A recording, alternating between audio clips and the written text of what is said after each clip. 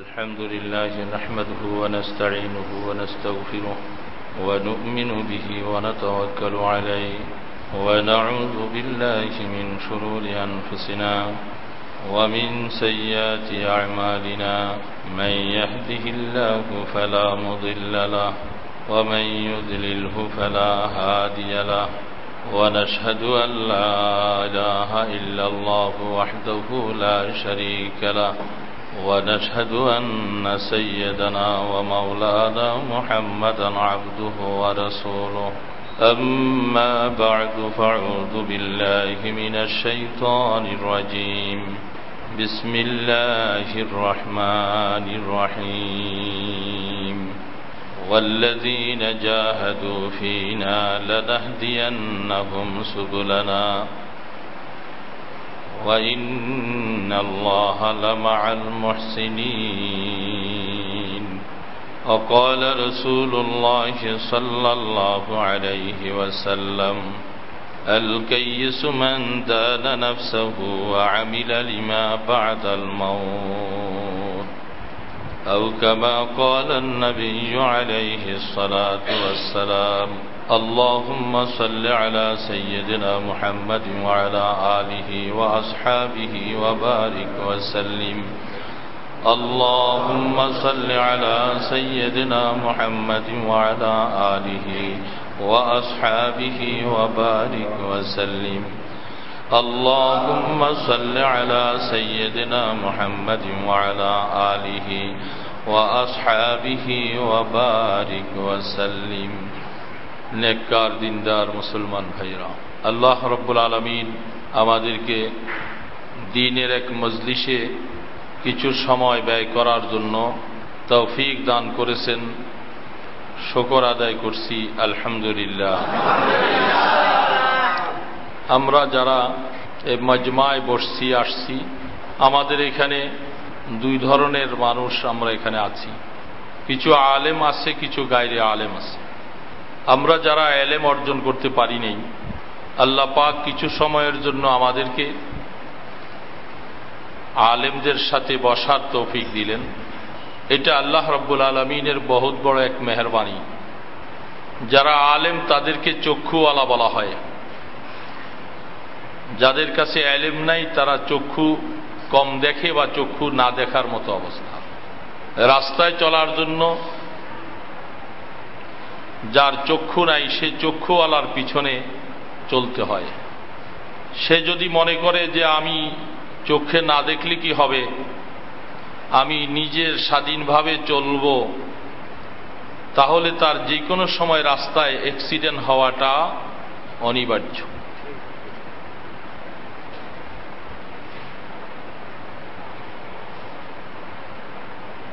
এজন্য চক্ষুওয়ালাকে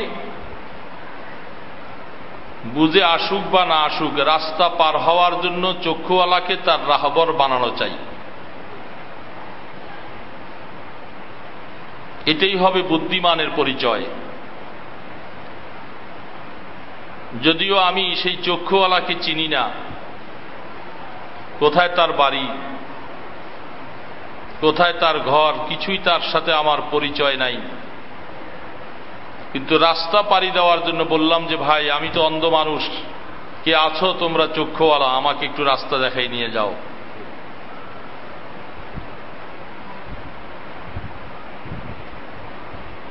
তো চক্ষুওয়ালা তখন তার জন্য জরুরি হয়ে পড়ে যে এই অন্ধ মানুষটাকে আমার ক্ষতি হলেও, সময় আমার লস হলেও, আমি অন্ধ মানুষটাকে একটু রাহাবরি করে তাকে একটু রাস্তায় উঠিয়ে দেই, নিরাপদ জায়গার মধ্যে পৌঁছে।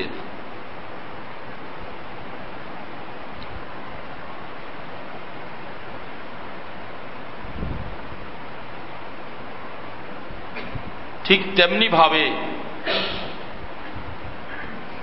আল্লাহ সুবহানাহু ওয়া তাআলা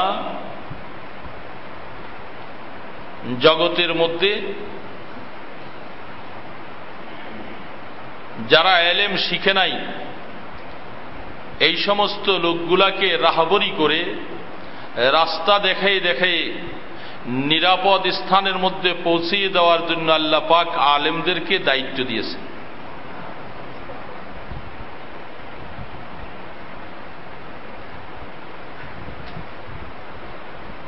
এটা বুঝে আসতে একটু কষ্ট হবে, কারণ সমাজের মধ্যে আলেমের তুলনায় গায়রে আলেমের সংখ্যা বেশি, আর আলেমদের তুলনায় গায়রে আলেম যারা তারা স্বাবলম্বী, স্বয়ংসম্পূর্ণ। এরা আলেমদের কাছে, আলেমদেরকে রাহবর বানাতে তাদের মনে খুব দ্বিধাদ্বন্দ্ব।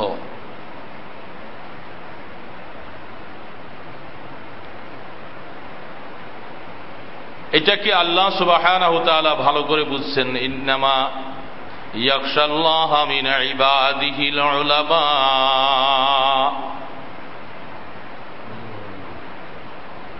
আল্লাহর হাবিব ফরমান,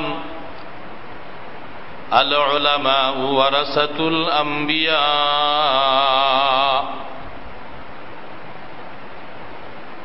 আল্লাহ সুবহানাহু ওয়া তাআলা আপনার আমার খালেক, আমার স্রষ্টা।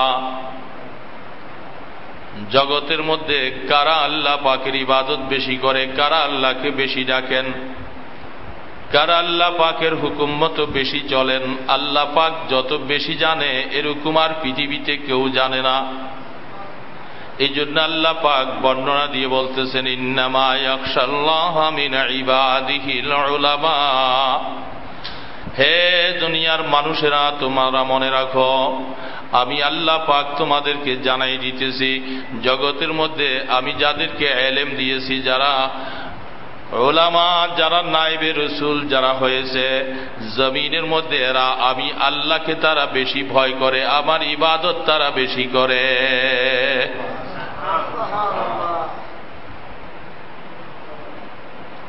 এখন আপনার আর আমার বুঝে না আসলে মাথা পিটাইয়া বুঝে আসার চেষ্টা করতে হবে, নতুবা মাথা ফাটাই ফেলতে হবে। কি বলেন, ঠিক না? তো বুঝে আসাটাই দরকার। কেন বুঝে আসে না? এই জন্য আল্লাহ পাকের কাছে কান্না দরকার, রোনাজারি করা দরকার। আল্লাহ, তুমি যেটা এতভাবে বুঝার জন্য আমাদেরকে নির্দেশ করলা, আমরা কেন তাদেরকে রাহবর বানাতে পারলাম না? এক হাদিসের মধ্যে, হাদিসে কুদসির মধ্যে দেখেছি রাসূল পাক সাল্লাল্লাহু আলাইহি সাল্লামের ইরশাদ ফরমান, কিয়ামতের ময়দানে উলামাদেরকে আল্লাহ পাক একত্রিত করবেন। উলামায়ে কেরাম তারা ভীত সন্ত্রস্ত অবস্থার মধ্যে আছে, ভয়ে থরথর করে কাঁপবেন। আল্লাহ রব্বুল আলামিন ঘোষণা দিবে, হে উলামা, তোমাদেরকে আমি আল্লাহ আজকের দিনে মাফ করে দিব, এই জন্যই তো তোমাদের সিনার মধ্যে ইলম দিয়েছি।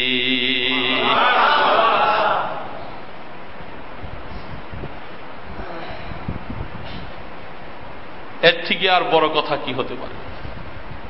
আমি তোমাদেরকে মাফ করে দিব, ওই জন্যই তো ইলম দিয়েছি তোমাদেরকে, ইলমের মিরাস বানাইছি তোমাদের।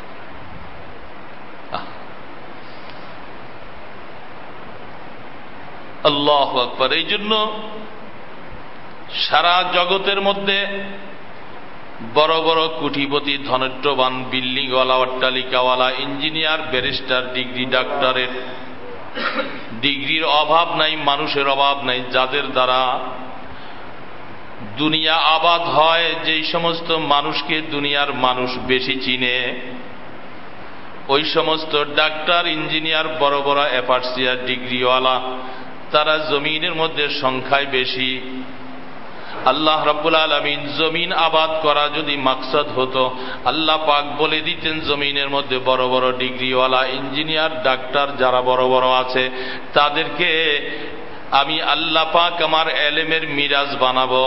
আমার আল্লাহ পাক এটা ভালো করে জানেন, তারা দুনিয়া আবাদকারী, তাদের দ্বারা এলেমের মিরাজ বানালে এলেমের হক আদায় হবে না। এই জন্য আল্লাহ পাক বলেন আল উলামা ওয়ারাসাতুল আম্বিয়া, যারা আসমানি এলেম শিখল, যারা ওহির এলেম শিখল, যাদের সিনার মধ্যে আমি আল্লাহ ওহির এলেম দিয়েছি, ওই লোকগুলি তারা যদি এলেমের মিরাজ আমি তাদেরকে না দেই, আর ওই দুনিয়াওয়ালা ওই সমস্ত লোকদের হাতে যদি দেই, তারা দুনিয়া আবাদ করবে, আমার এলেমের হক আদায় করবে না। এই জন্য আল্লাহ রাব্বুল আলামিন বলেন, যাদের সিনার মধ্যে আমি এলেম দিয়েছি, যাদেরকে আমি আলেম বানাইলাম, তাদেরকে আমি নবুয়তের এলেমের মিরাজ তাদেরকেই দান করলাম। তাদের মাধ্যমেই জমিনের মধ্যে এলেমের ফোয়ারা বাড়তে থাকবে, মানুষ আখিরাতের দিকে রাস্তা পাবে।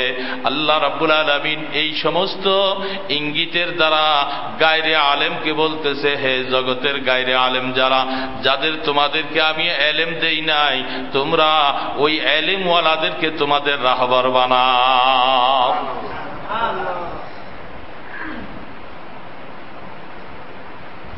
এলিমওয়ালাদেরকে রাহবার বানাইতে বলছেন। এগুলি ইশারাতুন নাস,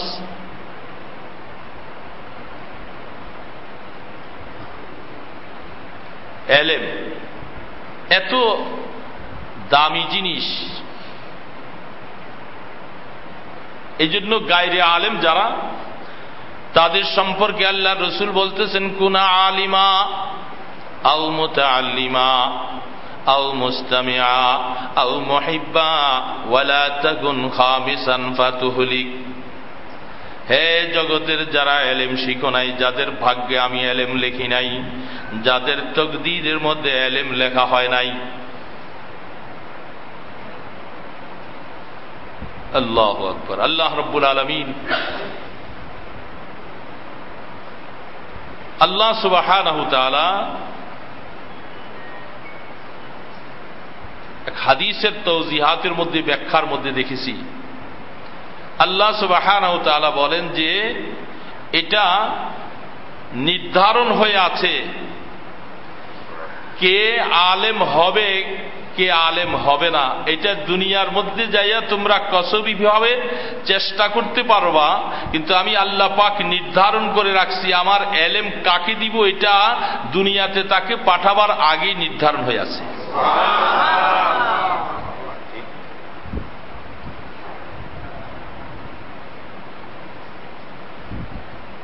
তাতে বোঝা যাচ্ছে এটা বহু বহু ছাত্রদেরকে জীবনে দেখা যায় এলেমের রাস্তায় মা বাবা বহু আশা করে দেওয়া হয়, কিন্তু সে এই রাস্তা অতিক্রম করতে পারে না।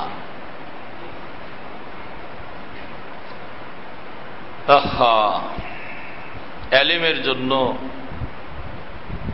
তকদির যদি থাকে, আপনার ছেলেকে আপনি কাজে পাঠিয়েছেন, গার্মেন্টসে পাঠাইছেন, হুঁশিয়ারিতে পাঠাইলেন, শ্রম দিবার জন্য পাঠাইলেন, সেখান থেকে সে এলেমের সুশীতল ছায়াতলে চলে আসবে যদি তার তকদীরের মধ্যে এলেম লেখা থাকে। আর যদি তকদীরের মধ্যে যদি এলিম লেখা না থাকে, আপনি তাকে মাদ্রাসায় নিয়ে জোর করে দিয়ে আসলো, সে থাকতে পারবে না সেখানে।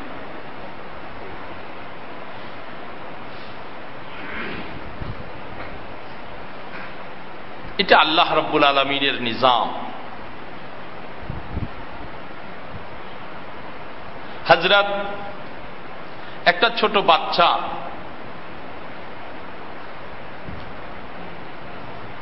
অল্প বয়সে বাবাকে হারিয়ে ফেললেন। তার নাম ইয়াকুব।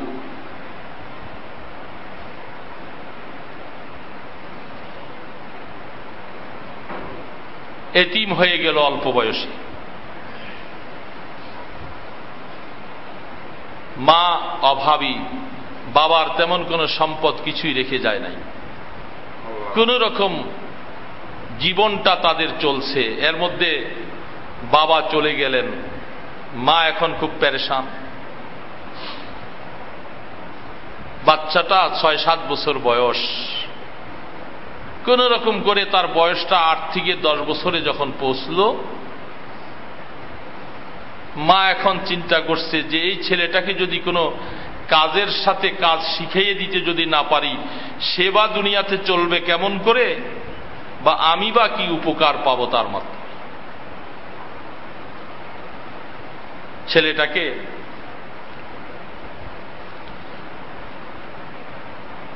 মা কাঁসা পিতল বানানেওয়ালার এক কারখানায় তাকে নিয়ে পৌঁছে দিছে। আমার এই ছেলেটাকে তোমার সাথে রাইখা রাইখা একটু কাজ শিখাও। মায়ের মনেরও খেয়াল হলো আস্তে আস্তে ছেলেটা কাজ শিখবে, বড় হবে, এর কাজ শিখলে তার জীবনও চলবে, আমারও উপকার হবে। ছেলে 2-3 দিন ওই কাশারিওয়ালার কাছে বসছে।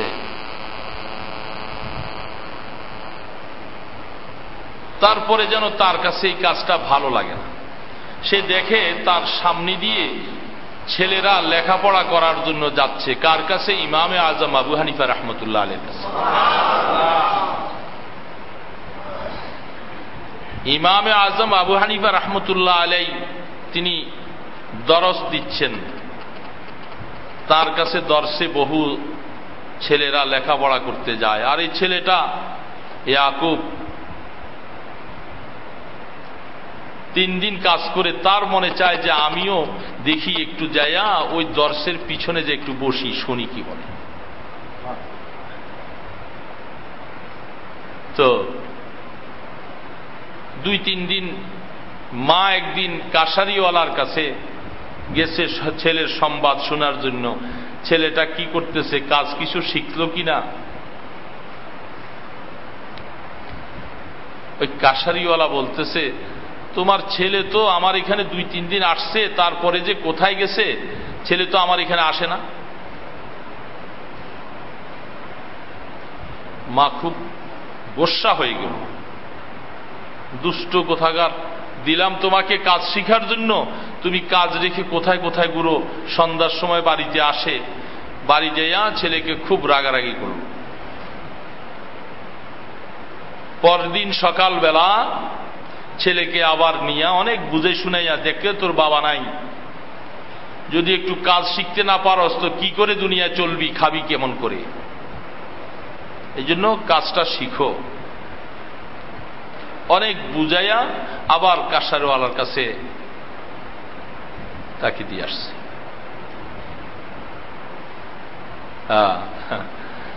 ছেলে মনের বিরুদ্ধে মার দিকে চাইয়া 2 দিন ছিল, আবার 3 দিনের দিন সে ওই দর্শের মধ্যে যাইয়া বসে আছে, সেখানে সে পড়ালেখা, তার কাছে ওইটাই ভালো লাগে। কাশারিওয়ালা বলছে যে তোমার ছেলে তো আমার এখানে 2 দিন আসার পরে আর আসে না। মা আজকা খুব গোস্বা হয়েছে, যা আজকা ওকে পিটাইয়া, খানা নাই, ভাত নাই, ঘরে কিছু নাই,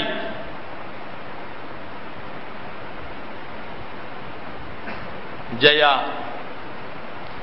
ইমামে আজম আবু হানিফা রাহমাতুল্লাহ আলাইহির ওই দর্শের পিছনে মহিলাটা দূরে দাঁড়িয়ে আছে। লোক দিয়া খবর দিছে ওই ছেলেটাকে আনার জন্য। ছেলে তো বুঝছে যে আমার মা আসছে আমাকে নেবার জন্য। ছেলে যায় না সেখানে, মা আরো গোস্বা, খবর দিলাম আসে না। একজনকে বললো যে ওকে ধইরা টাইনা নিয়ে আসো। একটা ছেলেকে বলছে যে ছেলে তাকে টানা হিসরা করতেছিল, মা একটু কাছে আগেয়া ওকে ধরছে, কানে ধইরা ওকে টাইনা নিয়ে যায়। এখন তার টানা হিসরা অবস্থা দেখা ওস্তাদজি জিজ্ঞাসা করতেছেন যে কি হয়েছে, ব্যাপারটা কি। এখন ওই মহিলা বলতে বাধ্য হয়েছে যে এই ছেলেটা এতিম, তার বাপ নাই, তাকে কাজ করতে দিছি, সে আইসা এখানে বসে থাকে। এখানে বসে থাকলে তার ভাত মিলবে কি করে, সে চলবে কেমন করে? মা তো সন্তানের আদরের জন্যই বলতেছে, কারণ ভবিষ্যৎ মার অন্তরের মধ্যে ছেলের ভবিষ্যৎ ঢুকছে। ছেলেটাকে যদি কাজ শিখেই দিতে পারি তাইলে সে ছেলেটার একটা ভবিষ্যৎ ব্যাপারে আমি কিছু ব্যবস্থাপনা করলাম, মা হিসাবে আমি হক আদায় করেছি। এই জন্য মা অনেক বুঝাই শুনে ছেলেকে টানতেছে, ছেলে কিছুতেই যাচ্ছে না। ওস্তাদ জিজ্ঞাসা করলেন ব্যাপারটা কি, ছেলেটাকে নিয়ে এত টানা হিসরা? তখন মহিলা বলতেছে এই ছেলেটা নিবার জন্য সে যাইতে চায় না। তখন তিনি বললেন যে ঠিক আছে, ও তো সন্ধ্যায় যাবে, ওকে ছেড়ে দিয়ে আপনি চলে যান, ও যাবে। এখন মহিলার রাগ ছেলেকে বাদ দিয়ে এবার ওস্তাদের উপরে আসছে। বুঝতে পারছি, আসলে আপনার এই পরামর্শের কারণেই তো আমার ছেলে আসলে এখান থেকে যাইতে চায়। আপনিও এর মধ্যে কিছু অংশ নিয়েছেন। মা কি জানে তার ছেলের যে ভাগ্য কোথায়? মার জানা নাই। অনেক টানা হিসরা করতে করতে ছেলে যাবে না, পরে বাধ্য হইয়া ছেলেকে ছেড়ে দিয়েছে, যা তুই তোর কপাল খাবি, তুই যা। ছেলে পড়ে আছে। মজলিসটা কার? ইমামে আজম আবু হানিফা রহমতুল্লাহ আলাইহির মজলিস।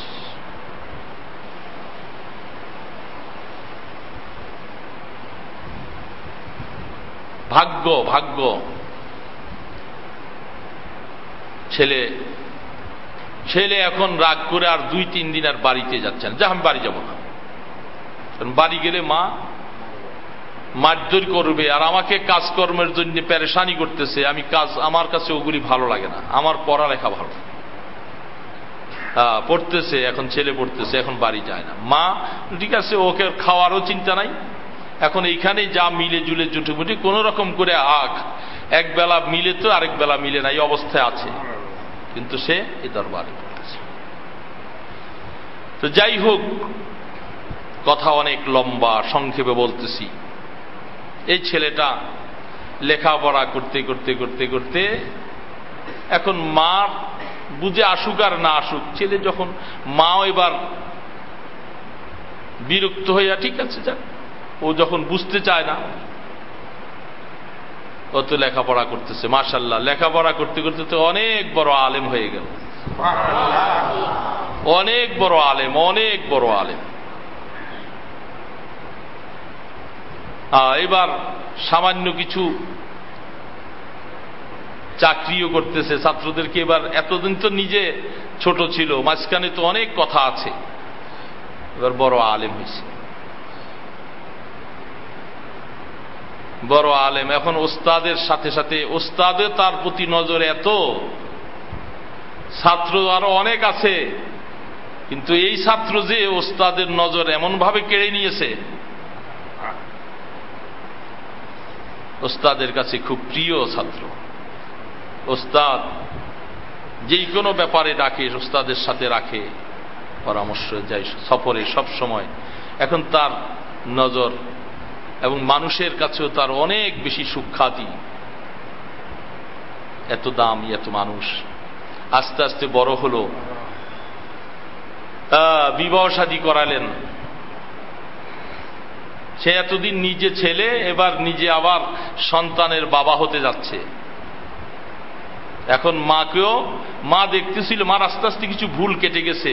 আমি তো বুঝতে পারি নাই আসলে ওই সময় আমার ছেলে যে এত বড় আলেম হবে। ছেলে এই জন্যই তো এলেমের দিকে এত পিপাসু, তার এত বড় আলেম হবে, সকলের কাছে তার খুব সুনাম, খুব সুখ্যাতি চলছে। এবং ছেলে লেখাপড়া শেষ করে ওস্তাদ হলো, সে নিজে বেতন পায়, মাকেও দিচ্ছে, সংসারও চলে। আল্লাহু আকবার। হতে হতে ওস্তাদ ইমামে আজম আবু হানিফা রহমতুল্লাহ আলাইহি তাকে, আল্লাহু আকবার, এলেমের যত কিছু শিখানো আছে তাকে শিখালেন সব। ছেলে বড় হলো, এবার অনেকের কাছে আইসা, এতক্ষণ অস্পষ্ট, এবার পরিচয় হয়ে যাবে। একটা ছোট বাচ্চা সন্তান আল্লাহ তাকে দিলেন, সে বাচ্চাটার নাম রাখলেন আবু ইউসুফ। ছেলেটার নাম ইউসুফ রাখা হলো। এবার ওই সন্তানের ওই বাবার নাম পাল্টিয়ে গেল, এবার আর ইয়াকুব আর নাম নাই, এবার সন্তান তাকে, দুনিয়ার মানুষ তাকে ডাকে আবু ইউসুফ। বলেন তো এবার পরিচয় হয়েছে কিনা লোকটা? ইমামে আজম আবু হানিফা রাহমাতুল্লাহ আলাইহ হানাফি মাযহাবের মধ্যে শ্রেষ্ঠতম, যার শাগরিদ হযরত ইমাম আবু ইউসুফ রাহমাতুল্লাহ আলাইহ। এখন আর ইয়াকুব নাম নাই, ওইটা এখন গোপন হয়ে গেছে। এখন ওই সন্তানের নামে আবু ইউসুফ আবু ইউসুফ ডাকতে ডাকতে এখন আমরা সকলেই কিতাবের মধ্যে ওলামায়ে কেরাম সকলের কাছে ইমাম আবু ইউসুফ হিসাবে তার নাম সারা পৃথিবীতে।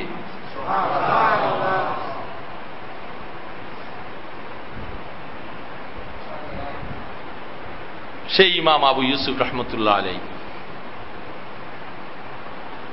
আল্লাহু আকবার। তো বলতেছিলাম যে দেখেন আসলে তাকদীর এমন একটা অবস্থা, এতিম যার লালন পালনের কেউ নাই, যাকে কাশারির কাজ করতে দেওয়া হয়েছে, কাশের কাজ করবে, হান্ডি পাতিল বানাবে, ইত্যাদি করবে, কিন্তু তার তাকদীর তাকে বলছে আরে তোমাকে কাশের কাজ করার জন্য বানানো হয়।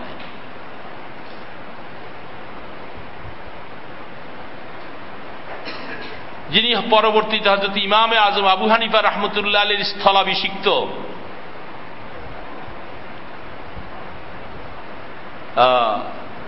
এতিম বাচ্চা, যার ভাতের লোকমা জুটে না, পরনের কাপড় জুটে না, মা কি জানে এই সন্তান যে একদিন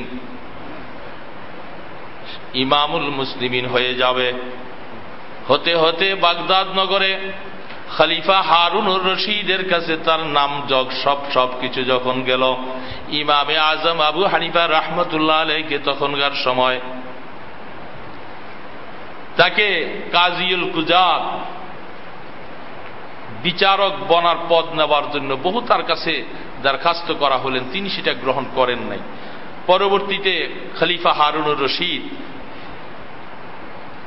তাকে তখন বাগদাদ নগরের কাজীউল কুজাত বলে ধর্মমন্ত্রী, বিচারের যত রকমের কার্যক্রম আছে সেই দায়িত্বটা ইমাম আবু ইউসুফ রাহমাতুল্লাহ আলাইহির হাতে সুপর্দ করা হল। কে জানে এই এতিম বাচ্চা যে একদিন বাগদাদ নগরের কাজী হয়ে যাবে, বিচারক হয়ে যাবে।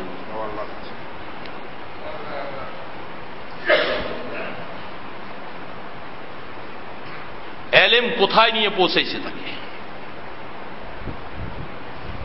তো আমি এই কথাটা বলতেছিলাম ভূমিকার মধ্যে, রাজিনা কিসমতাল জব্বার ফিনা লানা ইলমুন ওয়ালিল জুহাল মালুন। যারা গায়রে আলেম ভাইরা যারা আছে তাদেরকে আল্লাহ পাক যেন চোখে আঙ্গুল দিয়ে দিয়ে এই কথা বলতেছে, হে গায়রে আলেম, যাদেরকে আমি আলেম দেই নাই তোমাদেরকে বলতেছি, হয়তো তুমি আলেম হও, আলেম হতে পারলা না।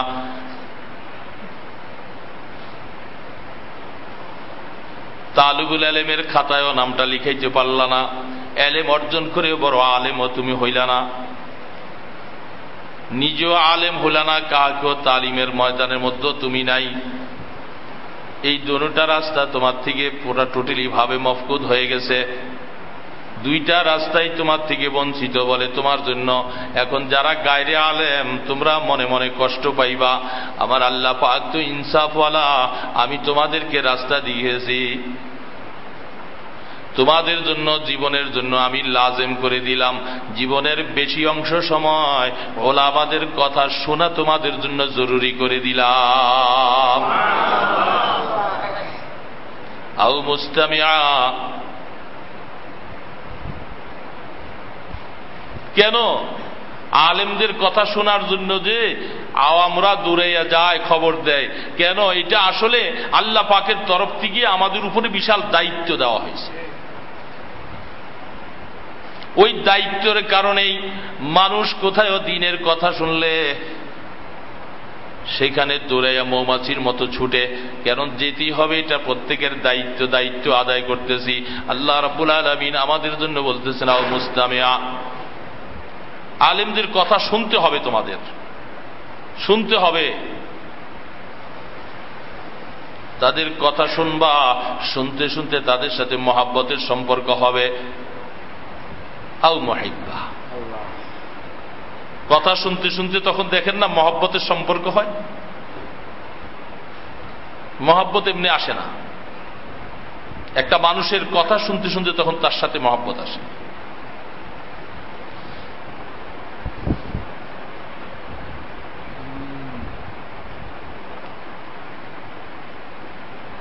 আল্লাহ পাক আল্লাহ রসুলকে বলতেছে, সুম্মা ইন্না আলাইনা বায়ানা। আল্লাহর হাবিবের শানে আল্লাহ পাক এই জন্য বলতেছে, ওগো আমার বন্ধু, আপনাকে কোরআন দিয়েছি, কোরআন আপনার সিনার মধ্যে সংরক্ষিত রাখার ব্যাপারে সব কিছুর জিম্মাদারি আমি নিলাম। কত কঠিনতম অবস্থা না! গাড়ি হিরার মধ্যে যখন কোরআন নাজিল হয়, সেই সময়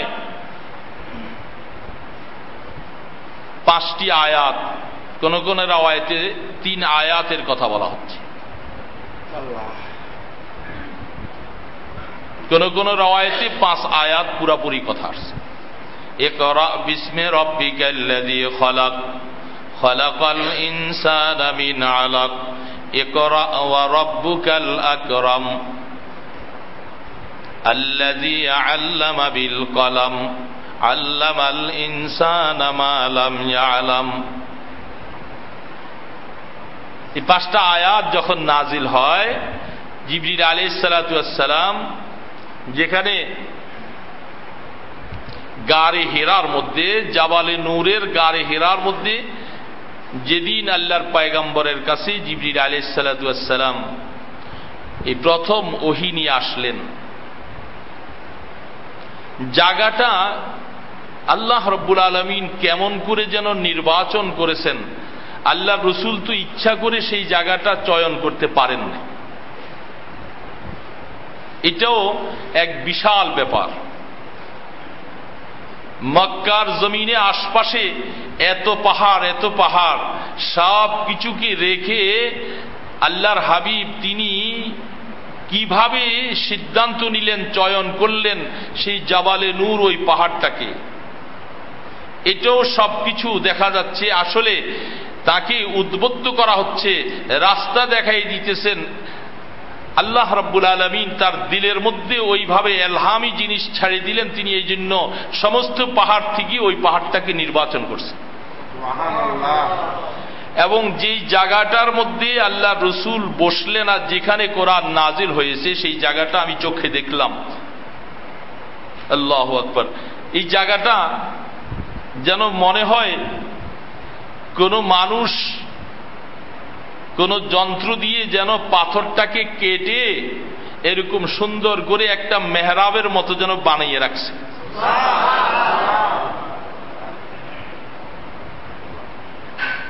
এখন তো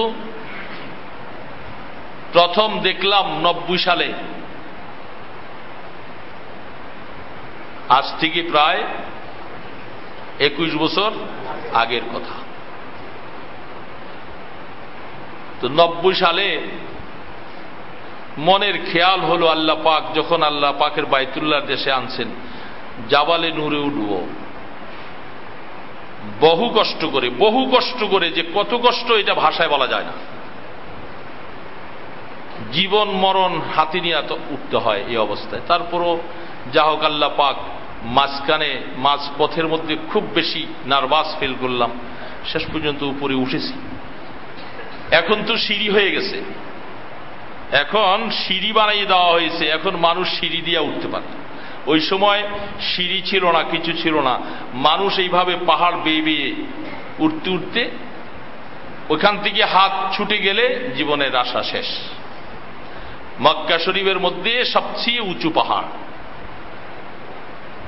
তো জাবালে নূরের মধ্যে গারে হেরাটা, যেটা একটু ভিন্ন পজিশনে আর একটু উপরে, তো ওখানের মধ্যেই আল্লাহ রসুল যেখানে ধ্যানে মগ্ন হলেন আর যেখানে কোরআন নাজির হলো, জায়গাটা এমন সুন্দর দেখা যাচ্ছে, মনে হয় যেন কেউ কাইটা যেমন ওই জায়গাটাকে, পাথরটাকে আগের থেকে যেন ওই জায়গাটা তৈরি করে রাখা হয়েছে। আল্লাহ রসুল তিনি কেমনে বুঝলেন ওইখানে ওই জায়গাটা নিরাপদ, সেখানে এত সুন্দর জায়গা, সেখানে উঠলেন গেলেন। রসুল পাক সাল্লাল্লাহু আলাইহি সাল্লাম সেখানে বসলেন। আর জিবরিল আলাইহিস সালাম, এই পাহাড়টার দাম কত, এই পাহাড়টার মূল্য কত আল্লাহ পাকের কাছে, যে পাহাড়ের মধ্যে সরাসরি জিবরিল আলাইহিস সালাম নিজে আসছে, সেই পাহাড়ের মূল্য কত। তো আমরা তো সকলে জানি জিবরিল আলাইহিস সালাম রসুলকে, আল্লাহ রসুলকে বলছেন ইকরা, পড়েন। রসুল কি বলছিলেন? মা আনা বিকারি, আমি পড়তে জানি না। আল্লাহু আকবার। হাদিস শরীফের মধ্যে তার একটা কারণ উল্লেখ করেছেন, যেখানে একটা বড় প্রশ্নবোধক চিহ্ন। রসুল পাক সাল্লাল্লাহু আলাইহি সাল্লাম তিনি যে উম্মি ছিলেন, যেটা আমরা বিভিন্ন ওয়াজ নসিহতে শুনি, আলোচনা শুনি, রসুল উম্মি ছিলেন। উম্মি মানে আনপড়, উর্দুতে তাকে আনপড় বলা হয়। তিনি লিখতে এবং পড়তে জানতেন না, তাই না? একটা বিশেষ প্রশ্ন, এই কথাটা আমি ওই দিন হাদিসের মধ্যে পাইয়া আমার কাছে বড় একটা আশ্চর্য লাগছে, বড় একটা সুন্দরতম কথা, যেটা ওলামাই কেরামের কাছে খুব পরিষ্কার। যারা আলেম না তারা সম্ভবত মনে হয় কথা কোনোদিন শুনেও নাই।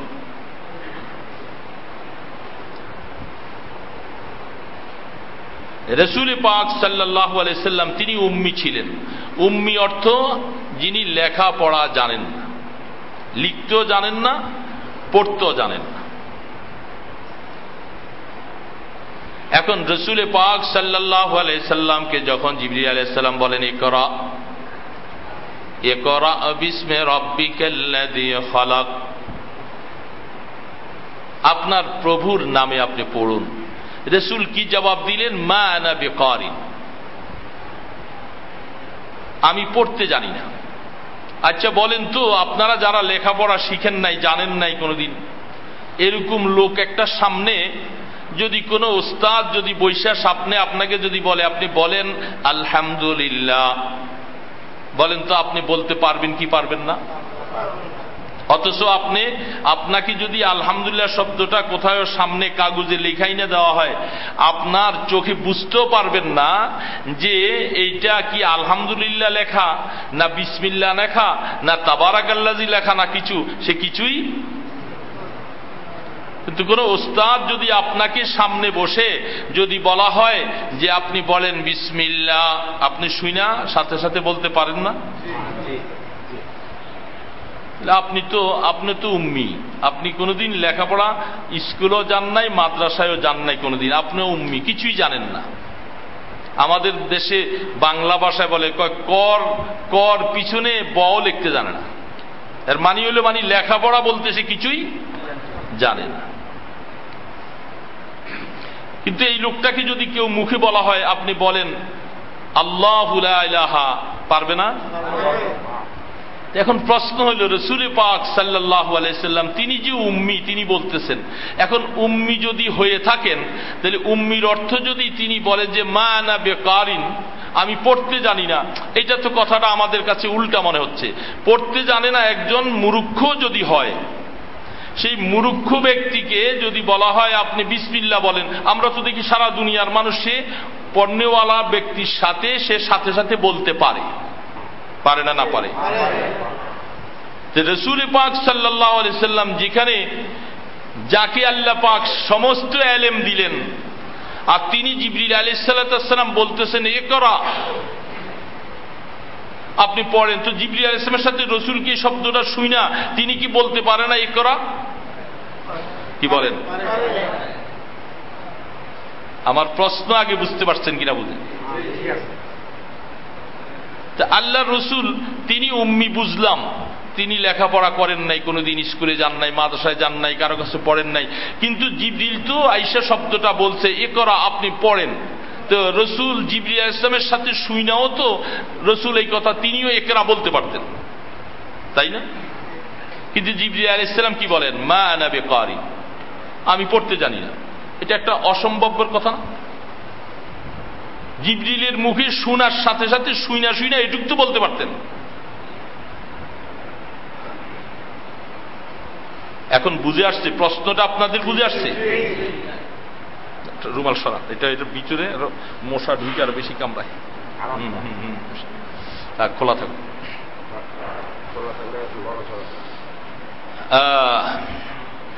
তাইলে সারা দুনিয়ার মুরুক্ষ থেকে নাউজুবিল্লাহ, আল্লাহ রসুলের মুরুক্ষটা কি এর থেকে আরো একেবারে বেশি হয়ে গেল? তিনি শুইনাও পারে না, শুইনাও মুখে মুখে বলতে পারে না। তাইলে মা আনা বেকারি শব্দের অর্থ কি? রসুল যে বলছেন, এবং হাদিসের মধ্যে বিভিন্ন জায়গায় এই শব্দটাই আসছে, মা আনা বেকারিন, আমি পড়তে জানি না। চলবো, এটা ঠান্ডা যথেষ্ট আছে, ফ্যান লাগবে। সব জায়গার মধ্যে, অনেক হাদিস শরীফের মধ্যে এই শব্দটা বলা হচ্ছে, মা আনা বেকারিন, আমি পড়তে জানি না। কিন্তু সেই জায়গার মধ্যে গভীরতার মধ্যে দেখা যাচ্ছে একটা কথা।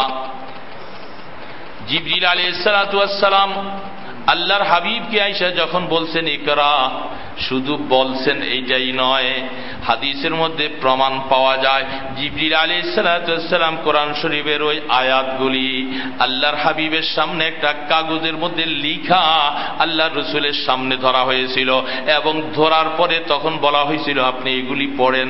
তখন রাসূল বলছিলেন যে আমি পড়তে জানি না, অর্থাৎ এই লেখা দেখা দেখা আমি পড়তে জানি না।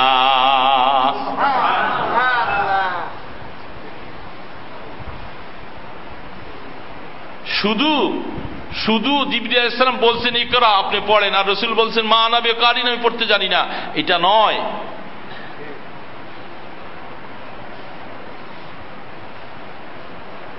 বহু জায়গার মধ্যে ওয়াজ নসিহতের মধ্যে আপনার শুনতেছেন জিবরিল আয়েশা বলতেছে মুহাম্মদ আপনি আপনার প্রভুর নামে পড়ুন, রাসূল বলতেছে আমি পড়তে জানি না, মা আনা বিকারিন। কিন্তু এটা আকলের সম্পূর্ণ খেলাফ। সারা দুনিয়ার একটা মূর্খ মানুষ যদি তাকে কেউ যদি বলতেছে তুমি ফাজকুরুনি বলো, সে শুইনা শুইনা ফাজকুরুনি বলতে পারে, কিন্তু লেখা অবস্থায় যখন তার সামনে দেওয়া হয় আর যদি বলা হয় তুমি এটা দেখা দেখে একটু বলো, সে কোনোদিন বলতে পারবে না, কারণ পড়া জানে না, অক্ষর চিনে না। রাসূল পাক সাল্লাল্লাহু আলাইহি সাল্লাম তদ্রূপ তার কাছে জিবরিল আলাইহিস সালাম শুধু মুখে আইসা বলছেন ইকরা, এটা নয়। কারণ রসুল যদি এইটাই বলতো তাহলে মা না বেকারিন তিনবার বলা হচ্ছে, তিনবার রসুল বলতেছেন মা না বেকার, আমি পড়তে জানি না, আমি পড়তে জানি না। আরে আপনাকে শুধু জিবরিল আলাইহিস সালাম মুখে মুখে বলতেছেন এই করো, আপনি বলেন, শুইনা শুইনাও কি পড়তে পারেন না? তৃতীয়বারের পরে যখন জিবরিল আলাইহিস সালাতু ওয়াস সালাম তার সিনার মধ্যে ধইরা যখন চাপ দিয়েছিল, আল্লাহু আকবার, এত কঠিন চাপ দিলেন, আল্লাহ রসুল পরে বলতেছিলেন এই চাপের অবস্থায় আমার হাড়গুলি সব ভেঙে চুরমার চুরমার হয়ে গেছে। তারপরেও ওই সময় অবস্থায় এতক্ষণ পর্যন্ত মা না বেকারিন, আমি পড়তে জানি না। এবার যখন তাকে বুকে চাপ দিয়ে দেওয়া হওয়ার পরে এবার কাগজ সামনে দিলেন, এবার তিনি পড়া শুরু করলেন, এবার পড়া শুরু। এই জন্য আল্লাহু আকবার, এলেম, এটার দ্বারা ইশারা করা হচ্ছে এলেম মেহনত ছাড়া পৃথিবীতে কোনোদিন আসে নাই। রাসূল পাক সাল্লাল্লাহু আলাইহি সাল্লামের মতো জলিলুল কদর পয়গম্বর সৈয়দুল মুরসালিন, তাকেও এই আল্লাহ পাকের এই এলেমটুকু অর্জন করার জন্য জিবরাইলের মতো ফেরেশতার চাপা খাইয়া তার সিনার হাড্ডিগুলি যেন চুরচুর হয়ে গেছে।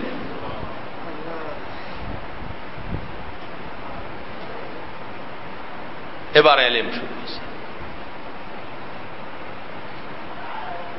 রাসূল পাক সাল্লাল্লাহু আলাইহি সাল্লাম এই এলেমের জন্য আমরা অনেক সময় যারা এই জন্য গায়রে আলেম ভাইয়েরা, ওই আমার ভূমিকার প্রথম কথাটা ছিল যেটা,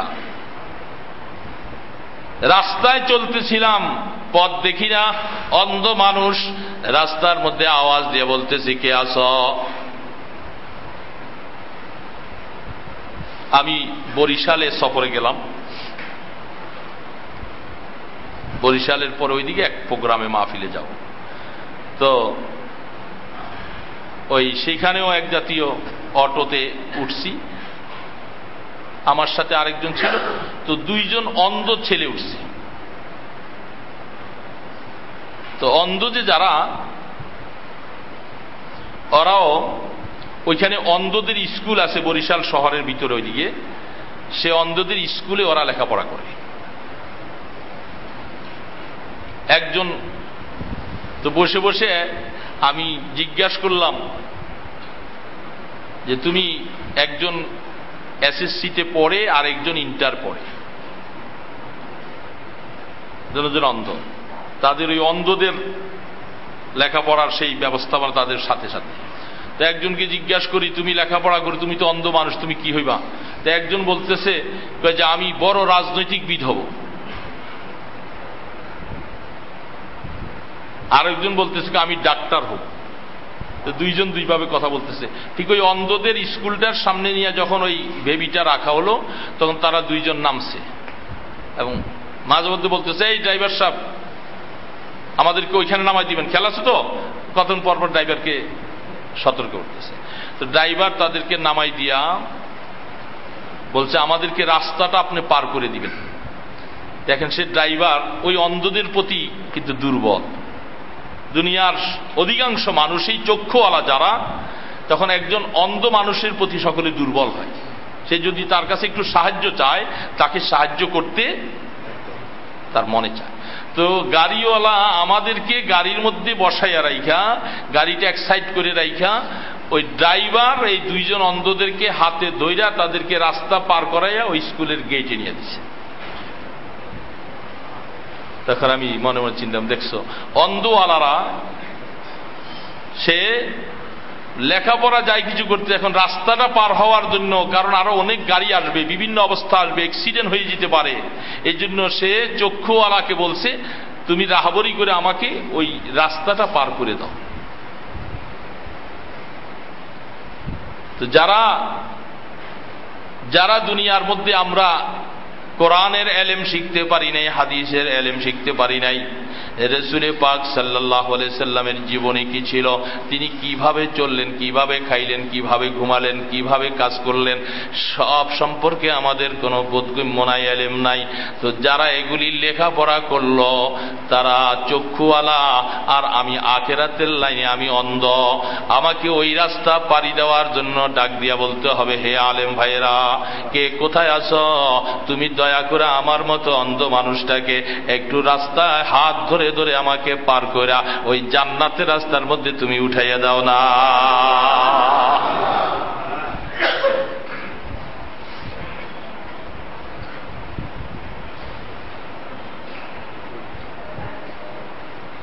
আর যারা চক্ষুওয়ালা হইয়া আলেম হয়েছ, আলেম চক্ষুওয়ালা যারা হলা, তাদেরকে আমার আল্লাহ পাক বলতেছে, আলাম ইয়াতিকুম রুসুলুম মিনকুম ইয়াতলুনা আলাইকুম আয়াতি রাব্বিকুম ওয়া ইউনযিরুনাকুম লিকা ইয়াউমিকুম হাদা। এই চক্ষুওয়ালা কারা? আলেমরা। চক্ষুওয়ালাদেরকে কি নির্দেশ করতেছেন আল্লাহ পাক? যে জমিনের মধ্যে এরকম গায়রে আলেম হাজারো লক্ষ লক্ষ মানুষ তোমার মুসলমান ভাইরা আছে, যারা রাস্তা চিনে না, যারা পথ ভুরা পথ হারা, এই সমস্ত লোকগুলার ব্যাপারেও চক্ষুওয়ালা আলেম যারা হয়েছে, তোমাদের দায়িত্ব কি? আলাম ইয়াতিকুম রুসুলুম মিনকুম, মুজারের সিগা বলছে না, আলাম ইয়াতিকুম। কিয়ামতের ময়দানে মানুষকে আল্লাহ পাক প্রশ্ন করবেন, আলাম ইয়াতিকুম রুসুলুম। যে রসুলের তাফসীরের মধ্যে, মিসদাকের মধ্যে উলামায়ে কেরাম দেখবেন এখানে লেখা আছে, এই রসুলের দ্বারা শুধু নবী আর রসুল হলে রসুল পাক সাল্লাল্লাহু আলাইহি সাল্লামের খতমে নবুয়ত, তার নবুয়ত যে তিনি পর্যন্ত নবুয়তের দরওয়াজা শেষ হয়ে গেল, আল্লাহ রসুলের পরে আর কোন নবী আসবে না। এই কথা আল্লাহ পাক তো ভালো করেই জানেন। ওনাকে খাতামুন নবিয়্যিন আল্লাহ পাক নিজে টাইটেল দিলেন।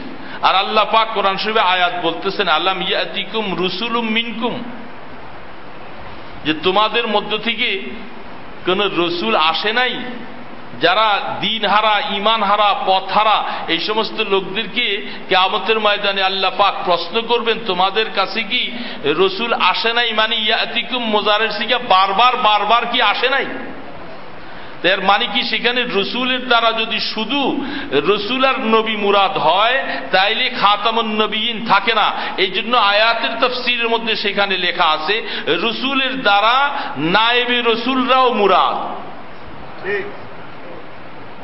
এখানে রসুলের মধ্যে, কয়েদের মধ্যে যারা রসুল পাক সাল্লাল্লাহু আলাইহি ওয়াসাল্লামের বিরাসত যারা পেয়েছেন, যারা মিরাস যাদেরকে আল্লাহ পাক দায়িত্ব দিলেন, তারাও এখানের মধ্যে মুরাদ। তো অর্থাৎ উলামায়ে কেরাম, তোমাদের দায়িত্ব হলো তোমাদের সম্পর্কে কিয়ামতের ময়দানে আমি গায়রে আলেমদেরকে প্রশ্ন করব, আলাম ইয়াতিকুম রুসুলুম মিনকুম, যে তোমাদের মধ্য থেকে কি এই তোমাদের নায়েবে রসুলরা তোমাদের কাছে কি বারবার কি এই আখিরাতের এই ভয় ভীতি সম্পর্কে তোমাদেরকে জানায় নাই?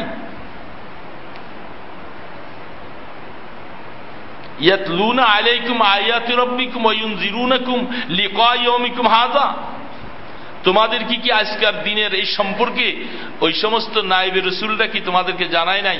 এই জন্য নায়েবে রসুল যারা চক্ষুওয়ালা তাদের উপরে আল্লাহ রাব্বুল আলামিনের পক্ষ থেকে আয়াতের দ্বারা দায়িত্ব দেওয়া হয়েছে, হে উলামা, নায়েবে রসুল যারা, তোমাদেরকে ইলম দিয়ে আমি সম্মানিত করলাম, তোমাদের প্রশংসা করলাম, তোমাদের দাম বাড়াই দিলাম, তোমাদেরকে জান্নাত দিব বলে আমি ঘোষণা দিলাম, কিয়ামতের ময়দানে বললাম তোমাদেরকে ইলম দিছি এই জন্যই তো আমি আল্লাহ তোমাদেরকে মাফ করে দিব।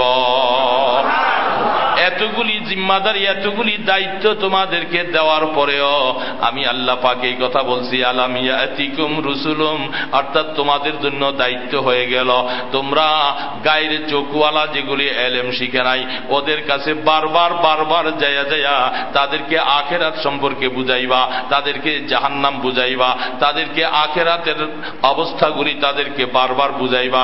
এটা দায়িত্ব উলামায়ে কেরামের উপরে ফরজ। এই জন্য চক্ষুওয়ালা নিজের গাড়ি রাইখা, প্যাসেঞ্জার রাইখা অন্ধওয়ালাকে রাস্তা পার করে দেওয়া তার এটা দায়িত্ব সে মনে করেছে, করে নাই? ঠিক এই জামানার মধ্যে থেকে যতদিন পর্যন্ত ইলম থাকবে, আলেম যারা হবে, যারা নায়েবে রসুল হবে, শুধু নিজে নিজে বসে বসে আল্লাহকে ডাকলে হক আদায় হবে না, হক আদায় হবে না। কিয়ামতের ময়দানে আল্লাহ পাকের এই আয়াতের দ্বারা মাসউল হয়ে যাবে, মাসউল হয়ে যাবে। কারণ ওই দিক থেকে আল্লাহ গায়রে আলেমকে বলতেছে, ফাসআল আহলা যিকরি ইন কুনতুম লা তা'লামুন। আল্লাহু আকবার। আল্লাহ পাকের কোরআন এত মজার আর এত স্বাদের। আল্লাহ রাব্বুল আলামিন বলতেছে, ও গায়রে আলেম যারা ইলম শিখো নাই, তোমরা কিয়ামতের ময়দানে যদি বলো আল্লাহ আমি ইলম শিখতে পারি নাই, নামাজ কেমনে পড়বো আমি জানি না, গোসল ফরজ কেমনে করব আমি জানি না, ওযু কেমন করে করব আমি জানি না, এই জন্য কিছু শিখতে পারি নাই, আল্লাহ পাক বলবেন এই কথা বলে কিয়ামতের ময়দানে তুমি পার পাইতে পারবা না। কারণ আল্লাহ পাক বলতেছে, ফাসআল আহলা যিকরি ইন কুনতুম লা তা'লামুন। আহলা যিকর, এই জন্য জিকিরের মানি হলো এখানে আলেম। এই জন্য আলেমদেরকে আল্লাহু আকবার, উলামায়ে কেরামরা আল্লাহু আকবার, জিকিরের মানি যদি তাদেরকে আহলে ইলমদেরকে যদি ইলম অর্জন করা, এইটা জিকিরের সবচেয়ে বড় আফজল ইবাদত। ফাসআল আহলা যিকর, তো আহলা যিকর দ্বারা উলামায়ে কেরাম মুরাদ। তো তো উলামায়ে কেরামের কাছে আল্লাহ পাক গায়রে আলেমদেরকে বলে, যারা ওযু বুঝো না, নামাজ বুঝো না, হালাল বুঝো না, হারাম বুঝো না, পাক না পাক বুঝো না, আল্লাহকে কোন রাস্তায় গেলে পাইবা এগুলি তুমি বুঝো না, শুধু দোকানদারি করো, রাস্তায় রাস্তায় ঘুরে ঘুরে তুমি জীবনে গার্মেন্টস বানাইতেছ, মেল ফ্যাক্টরি ইন্ডাস্ট্রিজ বানাইতেছ, ঘর সংসার কেমন করে সাজাইবা এগুলি শুধু করতেছ, কিন্তু তোমার আখিরাত সম্পর্কে তুমি কিছুই জানো না।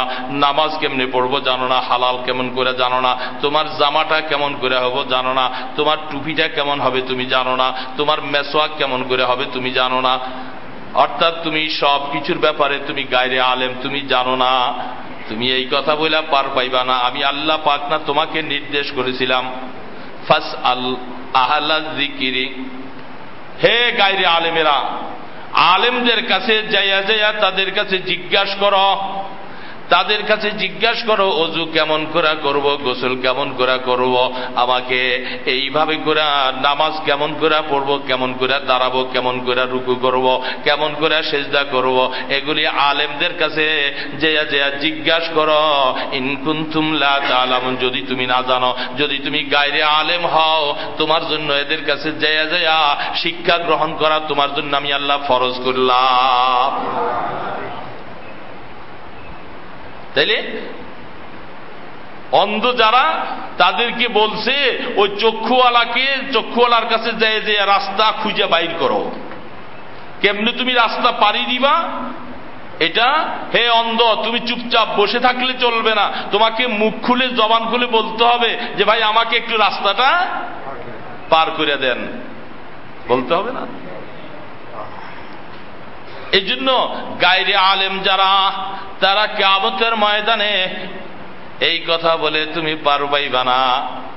ইন কুনতা লা তাদরি ফাহুয়া মাসিবাতুন, তুমি মনে করলা যে আমি জানি না, এই কথা বলে কিয়ামতের ময়দানে পার পাবো। আল্লাহ পাক বলে যে না, পারবা না। ফাসআলু আহলা যিকরি ইন কুনতুম লা তা'লামুন। তাহলে গায়রে আলেমদের কি বলছে, তোমরা আলেমদের কাছে যাও। কি সুন্দর দেখেন আল্লাহ পাকের তরতিব কত সুন্দর।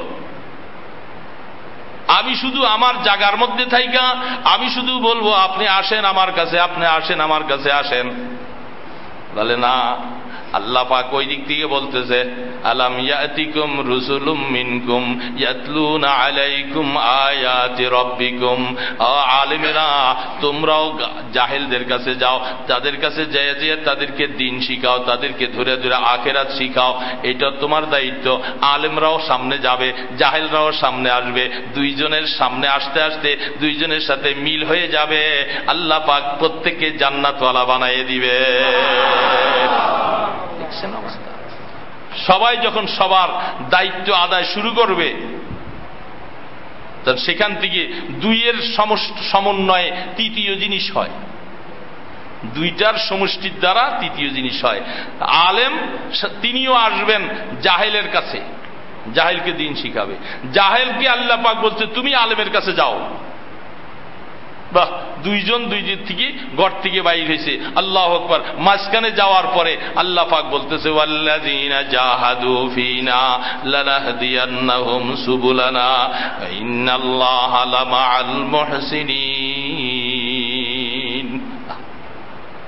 যখন তুমি আমাকে, ওই লোকটাকেও তোমাকে দিন পোষাবার জন্য, তোমাকে দিন শিখাবার জন্য, সেও নিজের জান নিজের মাল সব কোরবানি করে, সময় কোরবানি করে সামনের দিকে বাড়ছে। আর ও দুনিয়া গায়রে আলেম যে আলেম শিখো নাই, তুমিও আল্লাহকে রাজি খুশি করার জন্য, দিন শিখার জন্য তুমিও সামনের দিকে বাড়লা। দুইজন যখন চলে আসলা, আল্লাহ পাক বলে আমি আল্লাহ পাক তোমাদের জন্য এরকম আরো হাজারো রাস্তাগুলি জান্নাতে যাওয়ার জন্য খুলে দিব।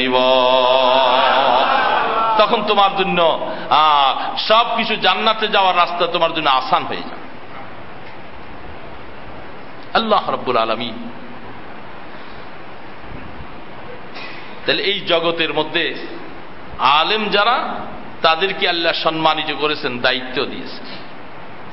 গায়রে আলেম যারা, তাদেরকে আল্লাহ রাব্বুল আলামিন আলেমদের শরণাপন্ন হয়ে, এই জন্য আলেমরা কিয়ামতের ময়দানে জবাবদিহি করতে হবে।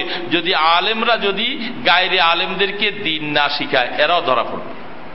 আর গায়রে আলেম নিজকে, কথা আছে না যে তুমি ছাত্রদেরকে বলা হয় তুমি ওস্তাদের কাছে তোমাকে এইভাবে সারেন্ডার করো, কাইয়াদিল গাসাল বলা হচ্ছে যেমন একটা মুর্দারকে গোসল দেনেওয়ালা যেরকম যেই দিকে তাকে সরাইতে চায়, যেই দিকে রাখতে চায়, কোনো বাদ প্রতিবাদ নেই। ঠিক তালিবুল ইলমকে বলা হয় তালিবুল ইলম বলতে শুধু মাদ্রাসায় পড়নেওয়ালা নয়, এখন গায়রে আলেমও যে ইলম শিখার জন্য কোনো ওলামার কাছে যাবে, কারো কাছে দ্বীন শিখার জন্য যাবে, সে সেইখানে যাইয়া নিজকে ওই মুর্দারের মতো নিজকে বানাইয়ে দিতে হবে। সেইখানে আমিও বুঝি, আমার হুজুরও বুঝে, দুইটা বুঝ হতে পারে না। বুঝে আসতেছে কথা?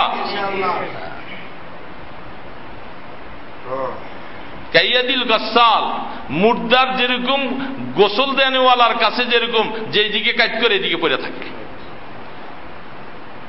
ঠিক হ্যাঁ তালিবুল ইলম তুমি যেরকম মাদ্রাসায় যাওয়ার যেই দিকে যাও, যেখানে যাইয়া উস্তাদের কাছে তোমাকে ইলম শিখতে যাও, সেখানে নিজকে ওরকম ভাবে তার কাছে সফর্দ করে দিতে হবে, নিজকে মিটাইয়া দিতে হবে। ঠিক গায়রে আলেম যারা, তুমি যেরকম কোন আলেমের কাছে মাসালা শিখতে যাও, দ্বীন শিখতে যাও, সেখানে তোমাকেও ওরকম গোসল দেনওয়ালার মতো মুর্দার হতে হবে। যদি মুর্দার হতে না পারো তাহলে এখানে দ্বীনের ফোয়ারা আসবে না।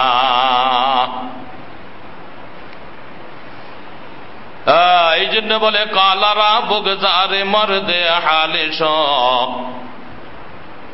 পেশে মর্দে কামেলে পামালেশ।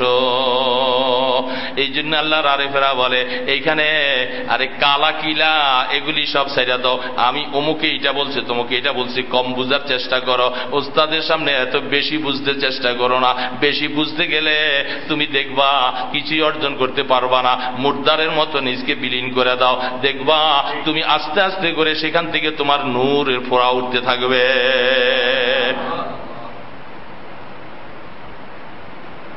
আজ তো অনেক বেশি বুঝি আমরা, অনেক বেশি বুঝি। এই জন্য আলেম যারা হয়েছে তাদেরকে বলে ওয়ামা উতীতু মিনাল ইলমি ইল্লা কলিলা। আলেমদেরকে আল্লাহ পাক আবার এখান দিয়ে জবাই করতেছে, নফসের জবাই হইতেছে। আল্লাহ করে আয়াতের মধ্যে সুলুকের অনেক বড় সবক। এতক্ষণ আলেমকে খুব উঁচা উপরে উঠেছে না, উঠেছে না?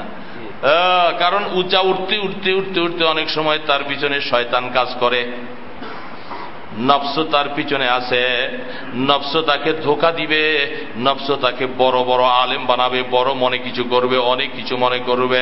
এই জন্য আল্লাহ পাক বলে তোমার নফসকে আমি জবাই করার জন্য এই আয়াতটা তুমি সামনে রাখো, ওয়ামা উতীতু মিনাল ইলমি ইল্লা কলিলা। আল্লাহ পাক প্যারা নবী সাল্লাল্লাহু আলাইহি সাল্লামের মতো যাকে আউয়ালিন ও আখিরিনের সমস্ত ইলম আল্লাহ পাক যাকে দান করলেন, আল্লাহ তার বন্ধুর শানে বলতেছে ওয়ামা উতীতু মিনাল ইলমি ইল্লা কলিলা। ওগো বন্ধু, আমি আল্লাহ পাকের যে ইলমের ভান্ডার আছে, ওই ইলমের ভান্ডার থেকে আপনাকে আমি কতটুকু দিছি, এটার দৃষ্টান্ত হলো মহা আটলান্টিক মহাসাগরের মধ্যে একটা আঙ্গুল চুবাইয়া যতটুকু পানি উঠবে, ওই পানিটুকু যেটুক হইল এটুক ইলম আমি আপনাকে দিলাম। আর আটলান্টিক মহাসাগরে যত পানি রয়ে গেল এগুলি সব আমি আমার আল্লাহ পাকের ইলম। আমার ইলম থেকে আপনাকে আমি সামান্য একটু দিছি। আল্লাহু আকবার। আল্লাহ পাক বলতেছে, তো আল্লাহ পাক বলতেছে আল্লাহর পায়গাম্বরের শানে যদি বলে যে আপনাকে আমি এইটুক সামান্য ইলম দিছি, তো রাসূল পাক সাল্লাল্লাহু আলাইহি সাল্লামের ইলমের তুলনায় সারা পৃথিবীর সমস্ত মানুষের ইলমকে এক পাল্লায় ওজন করলে, আর মুহাম্মদুর রাসূলুল্লাহ সাল্লাল্লাহু আলাইহি সাল্লামের ইলমকে এক পাল্লায় ওজন করলে বলা হয় সারা পৃথিবীর ইলমগুলি যেন আল্লাহর রাসূলের ইলমের কাছে একটা ফোঁটা। রাসূল পাক সাল্লাল্লাহু আলাইহি সাল্লামের সম্পর্কে আল্লাহ পাক বলেন, আপনাকে আমি এলেম দিছি তো একেবারে সামান্য। আমি আর আপনি একটু এলেম পাইয়া আমাদের মধ্যে খুব মোটাই। এই জন্য বলতেছে এই আয়াত সামনে রাখো। এই আলেম, বড় আলেম হইছ, বড় মুহাদ্দিস হইছ, বড় মুফতি হইছ, বড় মুফাসসির হইছ, বড় খতিব হইছ, বহুত কিছু হইলা, খবরদার এটা সামনে রাখো। ওয়া ফাওকা কুল্লি যী ইলমিন আলীম, এটাও আবার নফস জবাই করার আরেকটা সামনে রাখছে। আরে মনে রাখবা, আরে তুমি যতই জানো মনে রাখবা, আরে প্রত্যেক জাননেওয়ালার উপরে আমি আরেকজন জাননেওয়ালা বানাইয়া রাখছি। আল্লাহ পাক বলে, তুমি তোমার এলেমটাকে যথেষ্ট মনে করো না। তো যথেষ্ট মনে যদি না করো তখন তোমার মধ্যে বড়াই নেই আর, কারণ তোমার থেকে আরেকজন আরো এরকম জাননেওয়ালা বহুত আলেম বানিয়ে রাখছি। আবার ওই লোককে বলতেছে, তুমি আবার আয়াতে যে সামনে রাখো যে খবরদার তোমার মধ্যে তাকাব্বুরি, অহংকারী, গরুরি যেন না আসে, তোমার এলেমের উপরে যেন ফখর না আসে। তুমি মনে রাখবা তোমার উপরে আরো আরেকজন আলেম বড় বানাই রাখছি। দেখছেন আল্লাহ পাকের কোরআনের শান কত কত মজা অবস্থা।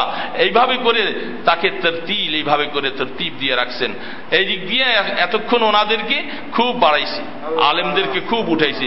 উঠে বলতেছে, কারণ শয়তান তো পিছনে লাগা, ও বলতেছে রাখো, ওরে তো এত এলেম যখন দিছি কি করে আমি একটু তার নষ্ট করতে পারি, একে কি করে তার মধ্যে একটু অহংকার, একটু হাসাদ, একটু কিনা, এগুলি কেমন করে ঢুকে দিতে পারি, এই ঢুকাইবার জন্য নষ্ট করার পিছনে থাকে। এই জন্য আল্লাহ পাক বলেন, বান্দা এই আয়াতগুলি সামনে রাখো, রাখলে তুমি দেখবা যে কিছু নেই, কিছুই নাই। এটার জন্য বলা হয় কালারা বগজারে মর্দে হালেশ পেশে মর্দে কামেলে পামালেশ। এই জন্য তো বলছিলাম ওই দিন আমাদের ডিআইডি তালিমে বলছিলাম, হযরত সুলাইমান নদভী, সৈয়দ সুলাইমান নদভী রহমতুল্লাহ আলাইহি এত বড় আলেম, এত বড় আলেম, থানভী রহমতুল্লাহ আলাইহির দরবারে যখন গেলেন একদিন, যাওয়ার পরে থানভী রহমতুল্লাহ আলাইহি ওনাকে দেখা বলতেছেন, এত বড় আলেম আসছে আমার কাছে, বিশাল বড় আলেম নদভী রহমতুল্লাহ আলাইহি, যার এলেম সম্পর্কে এত কথা, এত কথা, আলেমদের কাছে ওনার কথার শেষ নাই। তানভী রহমতুল্লাহ আলাইহি দরবারে গেছেন, যে বলে হযরত মুঝে কুছ নসিহত ফরমাই, হুজুর আমি আপনার কাছে আসছি, আমাকে কিছু নসিহত করেন। তানভী রহমতুল্লাহ আলাইহি এই কথা বলার পরে তিনি লেখেন তার মুলফুজাতে, তানভী রহমতুল্লাহ বলে যে আমার শরীরের মধ্যে গরম আইসা পড়ছে, যে আমি এত বড় আলেম, একে আমি কি নসিহত করব। এটাই তো দেখেন থানভী রহমতুল্লাহ আলাইহি কতটুকু নিচে নিজের নফসকে নামাইছে। উনি এত বড় আলেম, উনি আমার কাছে নসিহত চাইতেছে। এখন মনে মনে থানভী রহমতুল্লাহ আলাইহি বলেন, আমি আল্লাহ পাকের দিকে দিলে দিলে মুতাওয়াজ্জহ হইলাম, আল্লাহ আল্লাহ এত বড় আলেম, আমি তার সামনে কি কোরআন হাদিস বলবো, আর কি এলেম করব, আর কি বয়ান করব, আমি তাকে কি নসিহত করব, কারণ এর কাছে তো এলেমের অভাব নাই, আমি কি দিয়া তাকে বুঝাবো। আল্লাহ আমার দিলের মধ্যে কিছু কথা তুমি ঢেলে দাও। থানভী রহমতুল্লাহ আলাইহি সুলাইমান নদভী রহমতুল্লাহ আলাইহিকে যখন বলতেছিলেন, সামান্য কথাই বলতেছিলেন, বলতে বলতে তখন এই কথা বলতেছিলেন যে আসলে আল্লাহ পাক তো জমিনে অনেক বড় আলেম, অনেক কিছু এলেম, অনেক কিছু রাখছেন, আসলে এটার মধ্যে কামিয়াবি নয়, কামিয়াবি হইল নিজকে মিটাইয়ে দেওয়ার মধ্যে। হযরত সুলাইমান নদভী রহমতুল্লাহ আলাইহি বলেন, আল্লাহর জাতের কসম, থানভী রহমতুল্লাহ আলাইহি যখন আমার দিকে হাতটা দিয়া যখন বলছে মিয়া নিজকে মিটাইয়ে দেওয়ার মধ্যে কামিয়াবি, এই বলে যখন হাতটা যখন এইভাবে দিলেন, আমার মনে হলো দীর্ঘ বৎসর আমার দিলের মধ্যে যে একটা অসওয়াসা ঘাপটি মাইরা বসা ছিল, এটা হযরতের হাতের ইশারার সাথে সাথে এটা দূর হয়ে আমার কলবটা পরিষ্কার হয়ে গেল। এই জন্য বলতেছে কালারা বগজারে মর্দ হালেশ পেশে মর্দে কামেলে পামালেশ। বান্দা এত কিছু বুঝতে যাইও না, আমি এটা বুঝি মানতেকের এই মাসালা, এইটাই হাদিসের মাসালা, এই মাসালা ওই মাসালা ওই মাসালা, এই মাসালা বুঝতে বুঝতে তোমার জীবন শেষ, তুমি মাসালার গন্তব্যস্থানে পৌঁছতে পারবা না। নিজকে সারেন্ডার করো।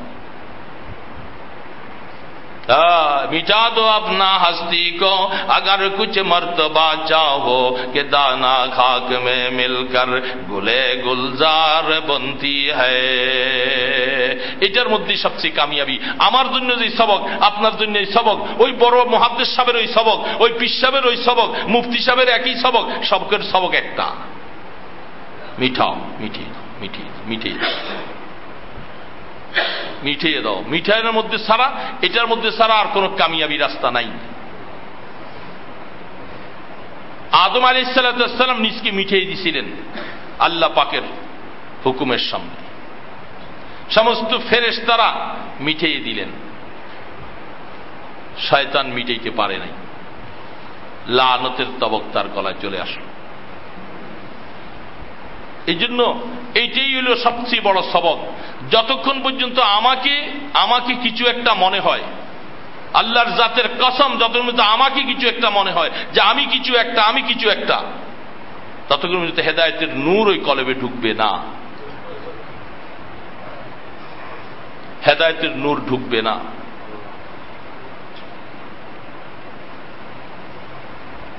এই জন্য আল্লাহু আকবার।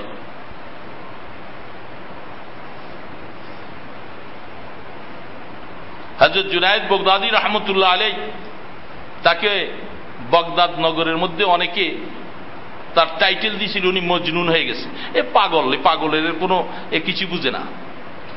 অথচ আউলিয়ায়ে কেরাম তাকে আউলিয়া বোর্ডের চেয়ারম্যান টাইটেল দিছে অনেকে, আবার কেউ কেউ লোকেরা ওনাকে জিন্দিক বলেও ঘোষণা দিছে।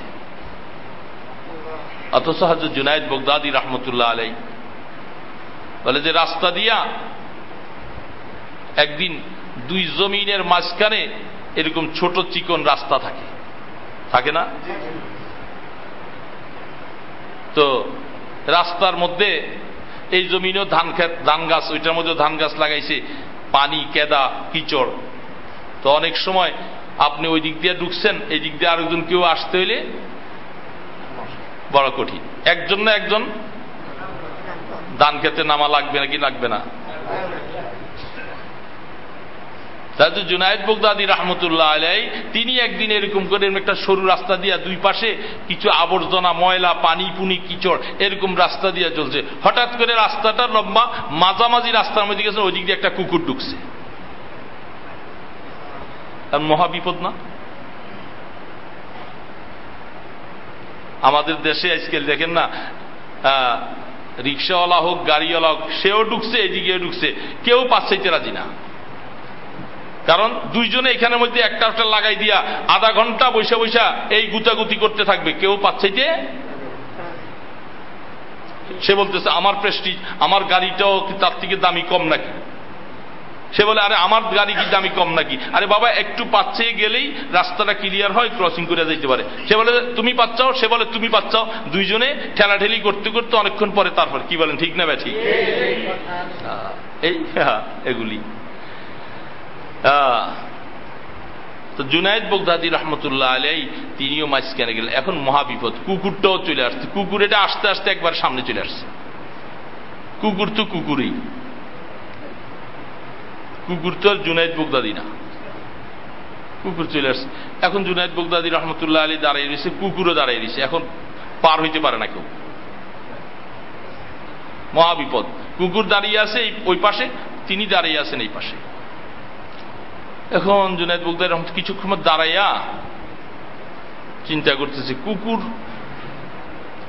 সেটা তো ইচ্ছা করলে সে একটু পানি দিয়া নাইমা গেলেই তো আমি চলে যেতে পারি, কুকুর এটা যায় না, মানে আমিও পার হইতে পারি না। তখন তিনি কুকুরকে সম্বোধন করে বলতেছে, আরে কুকুর, তুই তো নাপাক জিনিস, তুই একটু নাইমা গেলে আমি একটু পার হয়ে যেতে পারি। কিছুক্ষণ পরে নামাজের টাইম, আমার কাপড় চোপড় নষ্ট হয়ে গেলে আবার নামাজের অসুবিধা। আল্লাহু আকবার। মুহূর্তের ভিতরে কুকুরের জবান খুলে গেছে।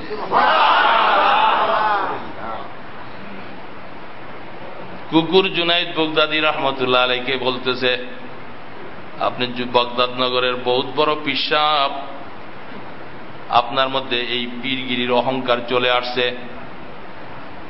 আমাকে পানিতে নামতে বলতেছেন, আমি নাপাক বলতেছেন, আর আপনি পাক বলতেছেন। আপনি কি জানেন আপনার হালাতটা, আপনার মৃত্যু কি অবস্থায় হবে আপনার জানা আছে নাকি?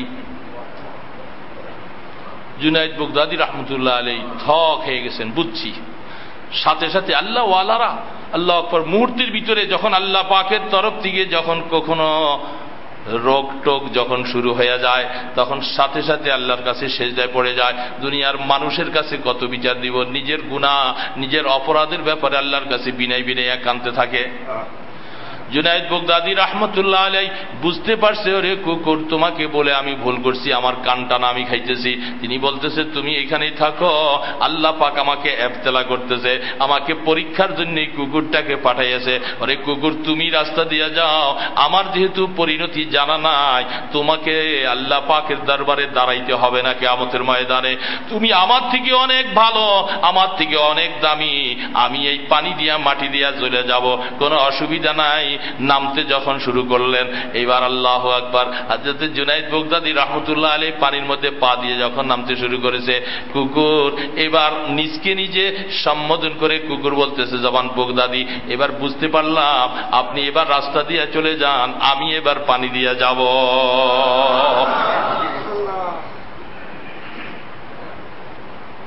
প্রথম মিটানোর হালাত আসে নাই, হঠাৎ মুহূর্তের ভিতরে দিলের হালাত পরিবর্তন হয়ে গেছে, যেটা একমাত্র আল্লাহ জানেন আর তিনি জানেন, দুনিয়ার কেউ জানেন।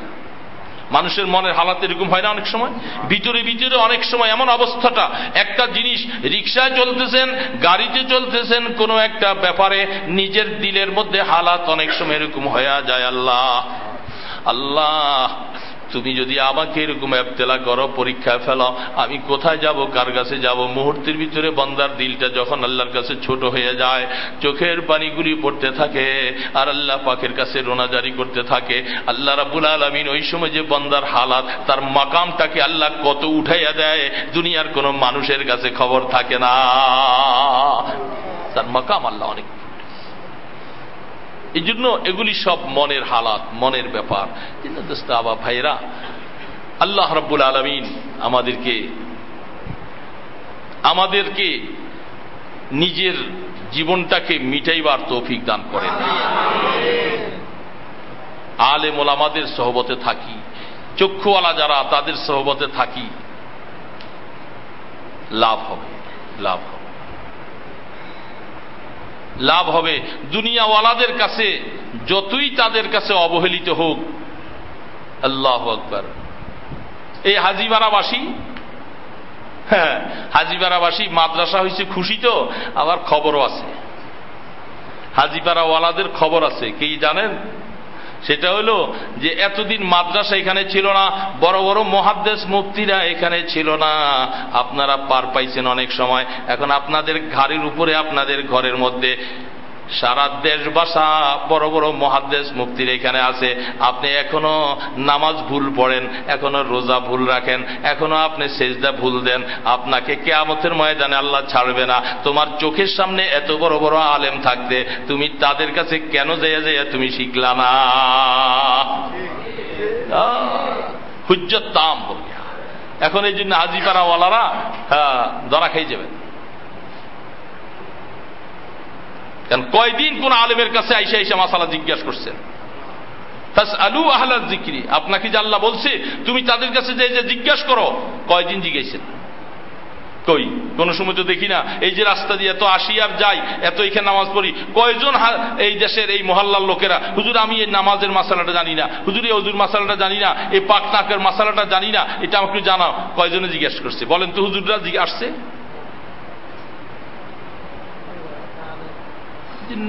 হুজ্জত পুরা হয়ে গেছে।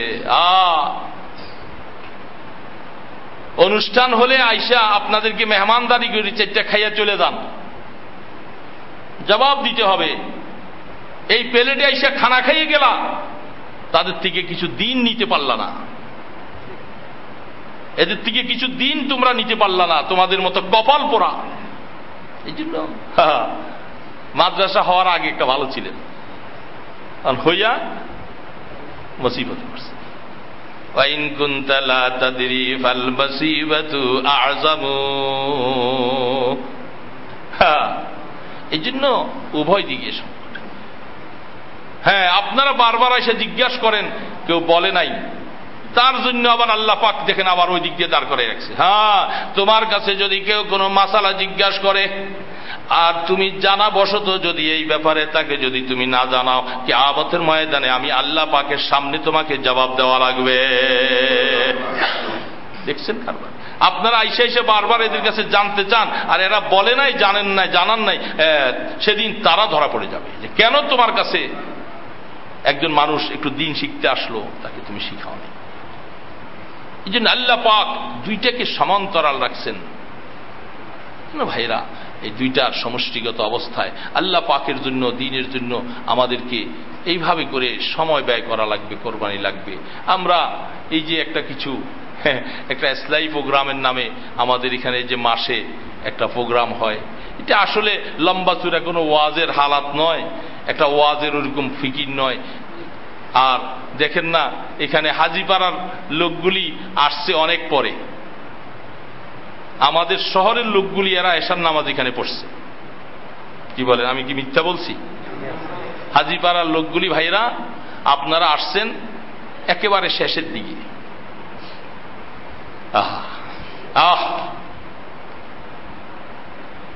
কেন কেন কি কাজ ছিল? কি কাজটা ছিল? আসলেন একেবারে শেষের দিকে, কই দ্বীনের কথা তো শুনতে পারলেন না, এই মজলিসের মধ্যে সময় তো বেশি দিতে পারলেন না, এই শেষ টাইম একটু আসলেন। আপনাদের দোকানদারি ছিল, ওইটা ছিল, ওই দোকানে বসে আড্ডা দিছেন।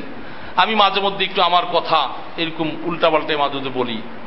আমাদের দেশে দেখেন না, ওই যে কিছু মিলাদ পড়ে, দোকানে দোকানে মিলাদ পড়ে, তো হুজুরকে নেয় মিলাদ পড়ার। হুজুর আসেন একটু মিলাদ পড়তে, তো হুজুর যে মিলাদ পড়তে যায়, দোকানদার ওই দোকানদারকে ডাকে, ওই জনকে ডাকে, ওই জনকে, ভাই আসেন আসেন আসেন, এরপরে যে শুরু করেন শুরু করেন। তো হুজুর কতক্ষণ বৈশা থেকে যে এরা আসে না, কারণ ওরা বেচা কিনে ব্যস্ত। শুরু করছেন নাকি, শুরু করছেন নাকি? তো হুজুর কতক্ষণ বৈশা থেকে উনি 10-15 বৈশা, হুজুর আচ্ছা শুরু করেন, 2-1 জনকে নিয়ে শুরু করে দেয়। তো হুজুর শুরু করতে করতে এই যখন মোটামুটি শেষ মুনাজাত প্রায় অর্ধেক শুরু হয়, শেষ হয়ে যায়, এখন সময় আইয়া দূরে ওই দূরের তেখারিয়া একটা হাত তুলে দাঁড়িয়ে থাকে। এরপরে এটা হাত একটা কোন রকম মুখে মুইসা ওই জিলাপিটার জন্য দাঁড়িয়েছে, পোটলার জন্য এবার সবাই দাঁড়িয়ে আছে। ওটা একটা আফসুস লাগে। কি আমি মিথ্যা বলছি বলেন তো? আমার হাজারো নমুনা এরকম অবস্থা। আরে বাবা, না পারলা 2-4 বার দুরূদ শরীফ পড়তে আল্লাহ রাসূলের উপরে, এরপর ওযু গোসল তো নাই। হিন্দুও আইসা ওই বেটায় আইসা জিলাফির লেগে দাঁড়িয়ে থাকে। মুসলমানদের মিলাদ, ওই হিন্দু বেটায় আইসা জিলাফির জন্য দাঁড়িয়ে থাকে। আমাদের মুসলমানদের কি হলো, কি হলো আমাদের মুসলমানদের? ভাইরা, আমাদের কি হলো? ঠিক একটা মজমা এখানে 1 মাস পরে আমাদের কিছু আলেম ওলামা ইমাম সাহেব দেন, ওনারা ইমামতি কইরা এত ব্যস্ততা থুইয়া ওনারা আসছেন। আর আপনারা এই মহল্লার লোকগুলি যারা আপনারা আসছেন, এখন মজমা শেষ, এখন একটু দোয়া হবে। তাহলে বোঝা যাচ্ছে আপনারা অনেক কিছু জানেন, অনেক কিছু জানেন, আপনাদের এই আলোচনার দরকার না, এটা তো অটোমেটিক বুঝে আসতেছে।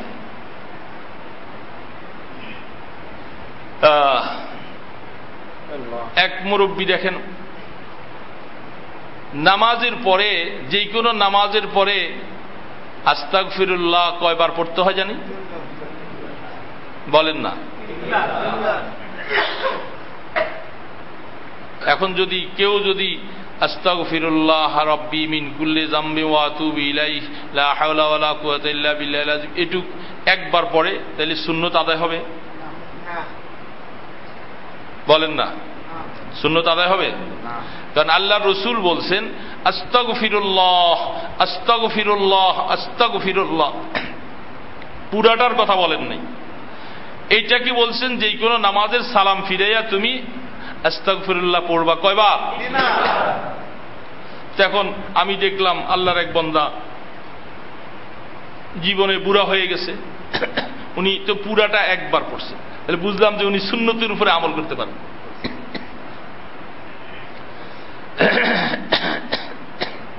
সুন্নতের উপর আমল হলো না। আবার অনেকখানে অনেক অনেক জায়গার মধ্যে মাহফিলে যে বিভিন্ন জায়গায় গেছি, ফজরের নামাজের পরে অনেক সময় দেখি বা বিভিন্ন জায়গায় সালাম ফিরাবার পরে ওই এলাকার মধ্যে দেখি ওনারা কালেমায়ে তাইয়্যিব পড়ে, লা ইলাহা ইল্লাল্লাহ লা ইলাহা ইল্লাল্লাহ লা ইলাহা। তো দেখা গেল ওনারা তো ভালোই করলেন, কালেমায়ে তাইয়্যিব পড়ছেন, দেখতে তো এটা ভালো জিনিস না, কিন্তু সুন্নত আদায় হলো। কারণ আল্লাহ রসুল বলছেন যে আপনি সালাম ফিরাইয়া ইস্তিগফার পড়বেন, আস্তাগফিরুল্লাহ আস্তাগফিরুল্লাহ 3 বার পড়বেন। আর ওনারা কালেমায়ে তাইয়্যিব পড়তেছেন। তো ওনারা বেশি বুঝলো, মাসালা জিজ্ঞাসা করলো না, আলেমদের কাছে জানতে চায় না, তো জানবে কোথায়, কেমনে জানবে? আল্লাহু আকবার। মাসালা হলো যখন জামাতের টাইম যখন হয়ে যায়, ফজরের নামাজ, যেই কোনো নামাজ, জামাতের টাইম যদি জানা থাকে, আপনি মসজিদে ঢুইকা সুন্নত পড়বেন ওই বারান্দায় অথবা মসজিদের এক কোনায়, তাই না? এখন আপনি মাসালা জানেন না, আপনি আইসা একবার ইমাম সাহেবের পিছনে আইসা এই নামাজের সুন্নত নিয়ত বানছেন, মনে করছেন কারণ ফজরের নামাজের কেরাত তো লম্বাই, আমি সুন্নত পড়তে পড়তে হুজুরের 1 রাকাতও শেষ হইব না, তো সুন্নত আমি এখানে দাঁড়াইয়া পড়লে অসুবিধা কি? কিন্তু সুন্নতের পক্ষে করলো না সুন্নতের বিপরীত করলো, এগুলি শিখা লাগবে না? যারা আল্লাহ রসুল বলেন, আম্মাজান আয়েশা সিদ্দিকা রাদিয়াল্লাহু তাআলা আনহা থেকে হাদিস বর্ণিত, যারা শেষ রাত্রে উঠে, শেষ রাত্রে উঠার আমল যারা করে, এদেরকে বলা হচ্ছে যে যখন তোমার ফজরের আজানের সময় যখন হয়ে যায়, চাই আজান হোক বা না হোক, সবে সাদেক হয়ে গেলেই তো আজান মুয়াজ্জিন আজান দিবে, কিন্তু আমাদের দেশের মুয়াজ্জিনরা অনেক সময় আজান দিতে দিতে ফজরের অন্যান্য নামাজে যেরকম 15 মিনিট আগে দেয়, ফজরের সময়ও 15 মিনিট আগে দেয়। কি বলেন, আছে না এরকম মুয়াজ্জিন? এখন ওই সময় ঘুমের থেকে বেচারা উঠা অজু ইস্তিনজা সাইরা ফজরের জামাত পাওয়া মুশকিল। এখন আজান দেখবা না দেখ, এটা আমাদের শুনে লাভ নাই। কিন্তু আম্মাজান আয়েশা সিদ্দিকা রাদিয়াল্লাহু তাআলা আনহা বলেন, ফজরের নামাজ যারা শেষ রাত্রে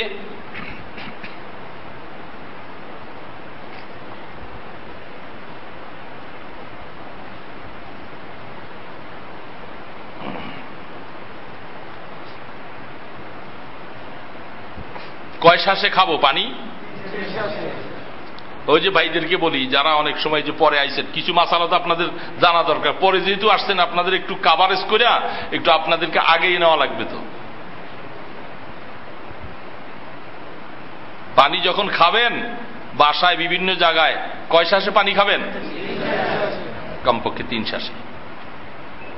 কিন্তু আমরা করি কি, গ্লাসটা লইয়েই পিপাসা পাইছে একেবারে ডক করে একসাথে খাই ফেললাম। সুন্নতের পক্ষে হইল না বিপক্ষে হইল? পানটা হাতে বানাইয়া সুন্দর করে বানাইয়া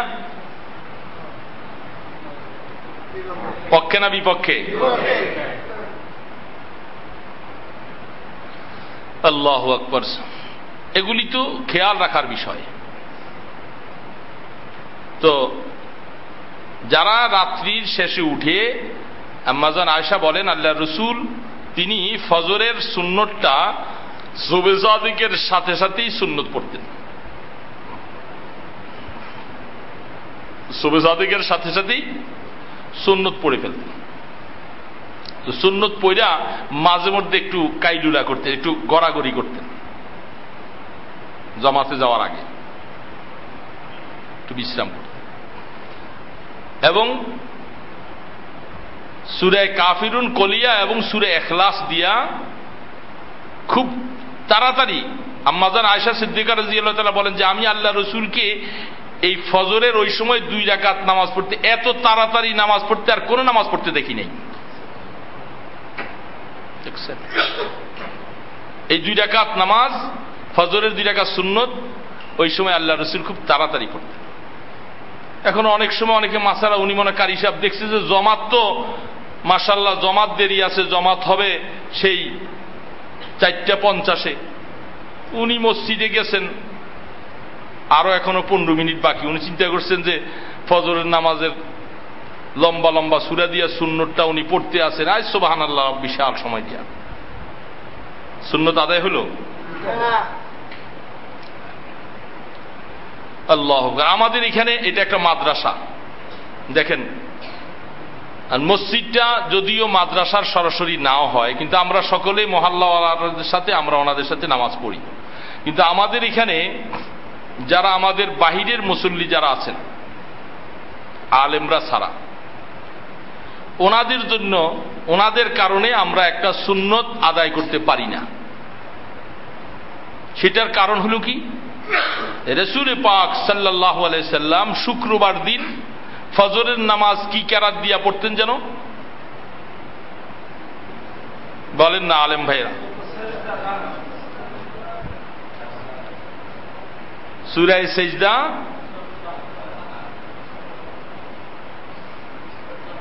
সূরা দাহার, তারেক না, কে জানি তারেক বলতেছেন।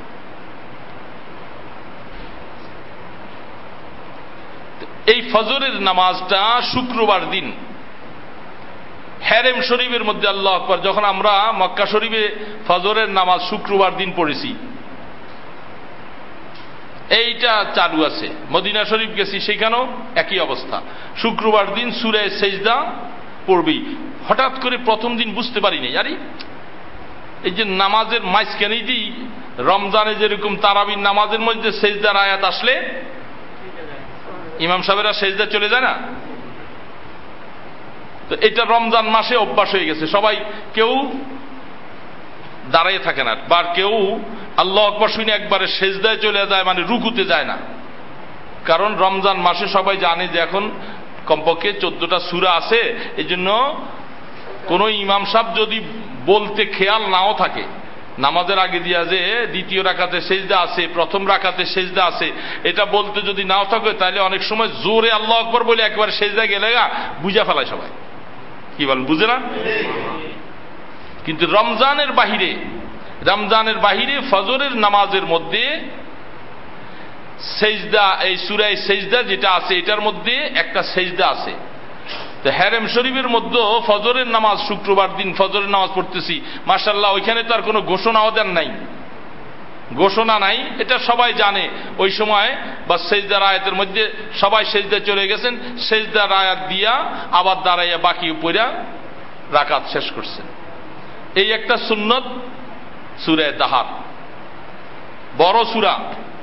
তাহলে বোঝা যাচ্ছে যে ফজরের নামাজের মধ্যে কেরাতটুকু আল্লাহ রসুল যে শুক্রবার দিন সূরা সেজদা, সূরা দাহার পড়েন, তাহলে কত বড়। সেইখানে যদি আবার ইমাম সাহেব যদি একেবারে খুব টানাটানি করে পড়তে থাকে, তাইলে এই নামাজ শুরু করতে যাইয়া সূর্য উঠে যাবে। এই জন্য কোথায় যেন ও মাগরিবের নামাজ পড়লাম আজকে, কোথায় যেন ভুলে গেছি, ইমাম সাহেব মাশাআল্লাহ সূরা ফাতিহা পড়তেছে এতটাই না, আরে বাবা রে বাবা,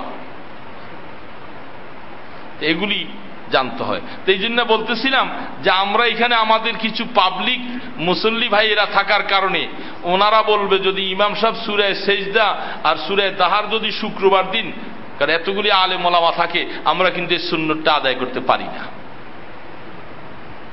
এই কারণে এই জন্য পাবলিকদেরকে মাঝে মধ্যে শিখিয়ে দরকার যে শুক্রবার আসলেই যে আজকে সূরা সেজদা আর সূরা দাহার পড়া হবে ফজরে। এগুলি তো পারতেছি না। তো আল্লাহ সুবহানাহু ওয়া তাআলা এগুলি, এবং ফজরের নামাজের মধ্যে সুন্নতটা কলিয়া কুল হুয়াল্লাহ দিয়া খুব তাড়াতাড়ি পড়তেন। আর যারা রাত্রি বেলা উঠার অভ্যাস আছে, এরা আগে আগে ফজরের সুন্নতটা পড়ে নেয়। তো এগুলি যে অনেকগুলি সুন্নত, এগুলি যদি খামাখাই হতেন তাইলে আল্লাহ রসুল এগুলি বলতেন না। তা আমাদের জিন্দেগি সুন্নতের মধ্যে আনা চাই। আর এখন একটা কি, আমি ওই দিন গতকাল চাইছিলাম মসজিদে, আমাদের মসজিদে বলবো, বলার মতো সুযোগ হয় নাই, আবার সুযোগ পাইলে একদিন বলবো। এখন একটা ফ্যাশন নতুন তৈরি হয়েছে, যেটা এতদিন এত দেখতাম না। সেটা কি, মসজিদের মধ্যে মুসল্লিদের, অনেক মুসল্লিদেরকে দেখে এখন টুপি ছাড়া সবাই নামাজ পড়ে। এটা সারা মসজিদের মধ্যে আমার মনে হয় 2-4 জন মানুষ আমি দেখতাম, এখন দেখা যায় না হইলে কয়েক ডজন হবে। এটা বড় একটা আশ্চর্য। সালাম ফিরে, বিশেষ করে আসরের সময় নজর করে সামনের দিকে ফিরে নজর করে দেখি তো, আর এই প্রত্যেক কাতার মধ্যে 4-5 জন করে ওদের যে টুপি ছাড়া। এটা বড় একটা আশ্চর্য। বুঝতে হবে যে কেন আপনি টুপিটা ছাড়লেন। মাসালা আছে, যদি কেউ এরকম মনে করে যে আমি আল্লাহ পাকের সামনে টুপি নিয়ে দাঁড়াবো ইত্যাদি, এরকম একেবারে তাজাল্লুলি, তার মধ্যে যদি এরকম কেউ যদি দিলের হালাত হয়ে যায়, তার জন্য জায়েজ। আর যদি তা না হয়, তাহলে বিনা ওজরে এইভাবে টুপি ছাড়া নামাজ পড়লে নামাজ মাকরুহ হবে। কারণ টুপি ইসলামের সবচেয়ে বড় একটা শেয়ার। এই টুপি শেয়ার ইসলাম।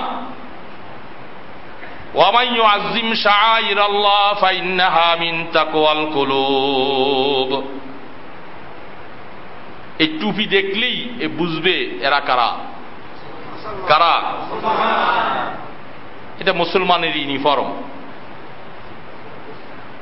আর এই মুসলমান এখন ওনারা মনে করতেছে টুপি, নামাজের টুপি লাগে না। এর মানে হলো টুপিটা একটা বেজাল। কারণ উনি নামাজটা পড়ে মসজিদে বাইর হয়েই তো টুপিটা উনি কই রাখে পকেটে। ওনার পকেটের মধ্যে আর অন্য অন্য কত কিছু রাখে, টুপি রাখার কি জায়গা আছে নাকি পকেটে? এই জন্য একটা ভেজাল মনে করার কারণে এখন আপ টু ডেট জমানার মধ্যে কিছু মানুষ নামাজ পড়ে ঠিকই আছে, কিন্তু টুপি লাগে না এদের। এটা একটা ফ্যাশন শুরু হয়ে গেছে এখন আজকাল। এই জন্য ভাইরা মনে রাখা দরকার, এটা একটা বিশাল সুন্নাত, বিশাল সুন্নাত। আর কমপক্ষে নামাজের সময় হলেও একটু মাথা দিয়ে একটু অভ্যাস করো না। এই টুপির বদৌলতে একদিন হতে পারে তোমার এই মাথাটা জাহান্নাম থেকে মুক্তি পেয়ে যাবে।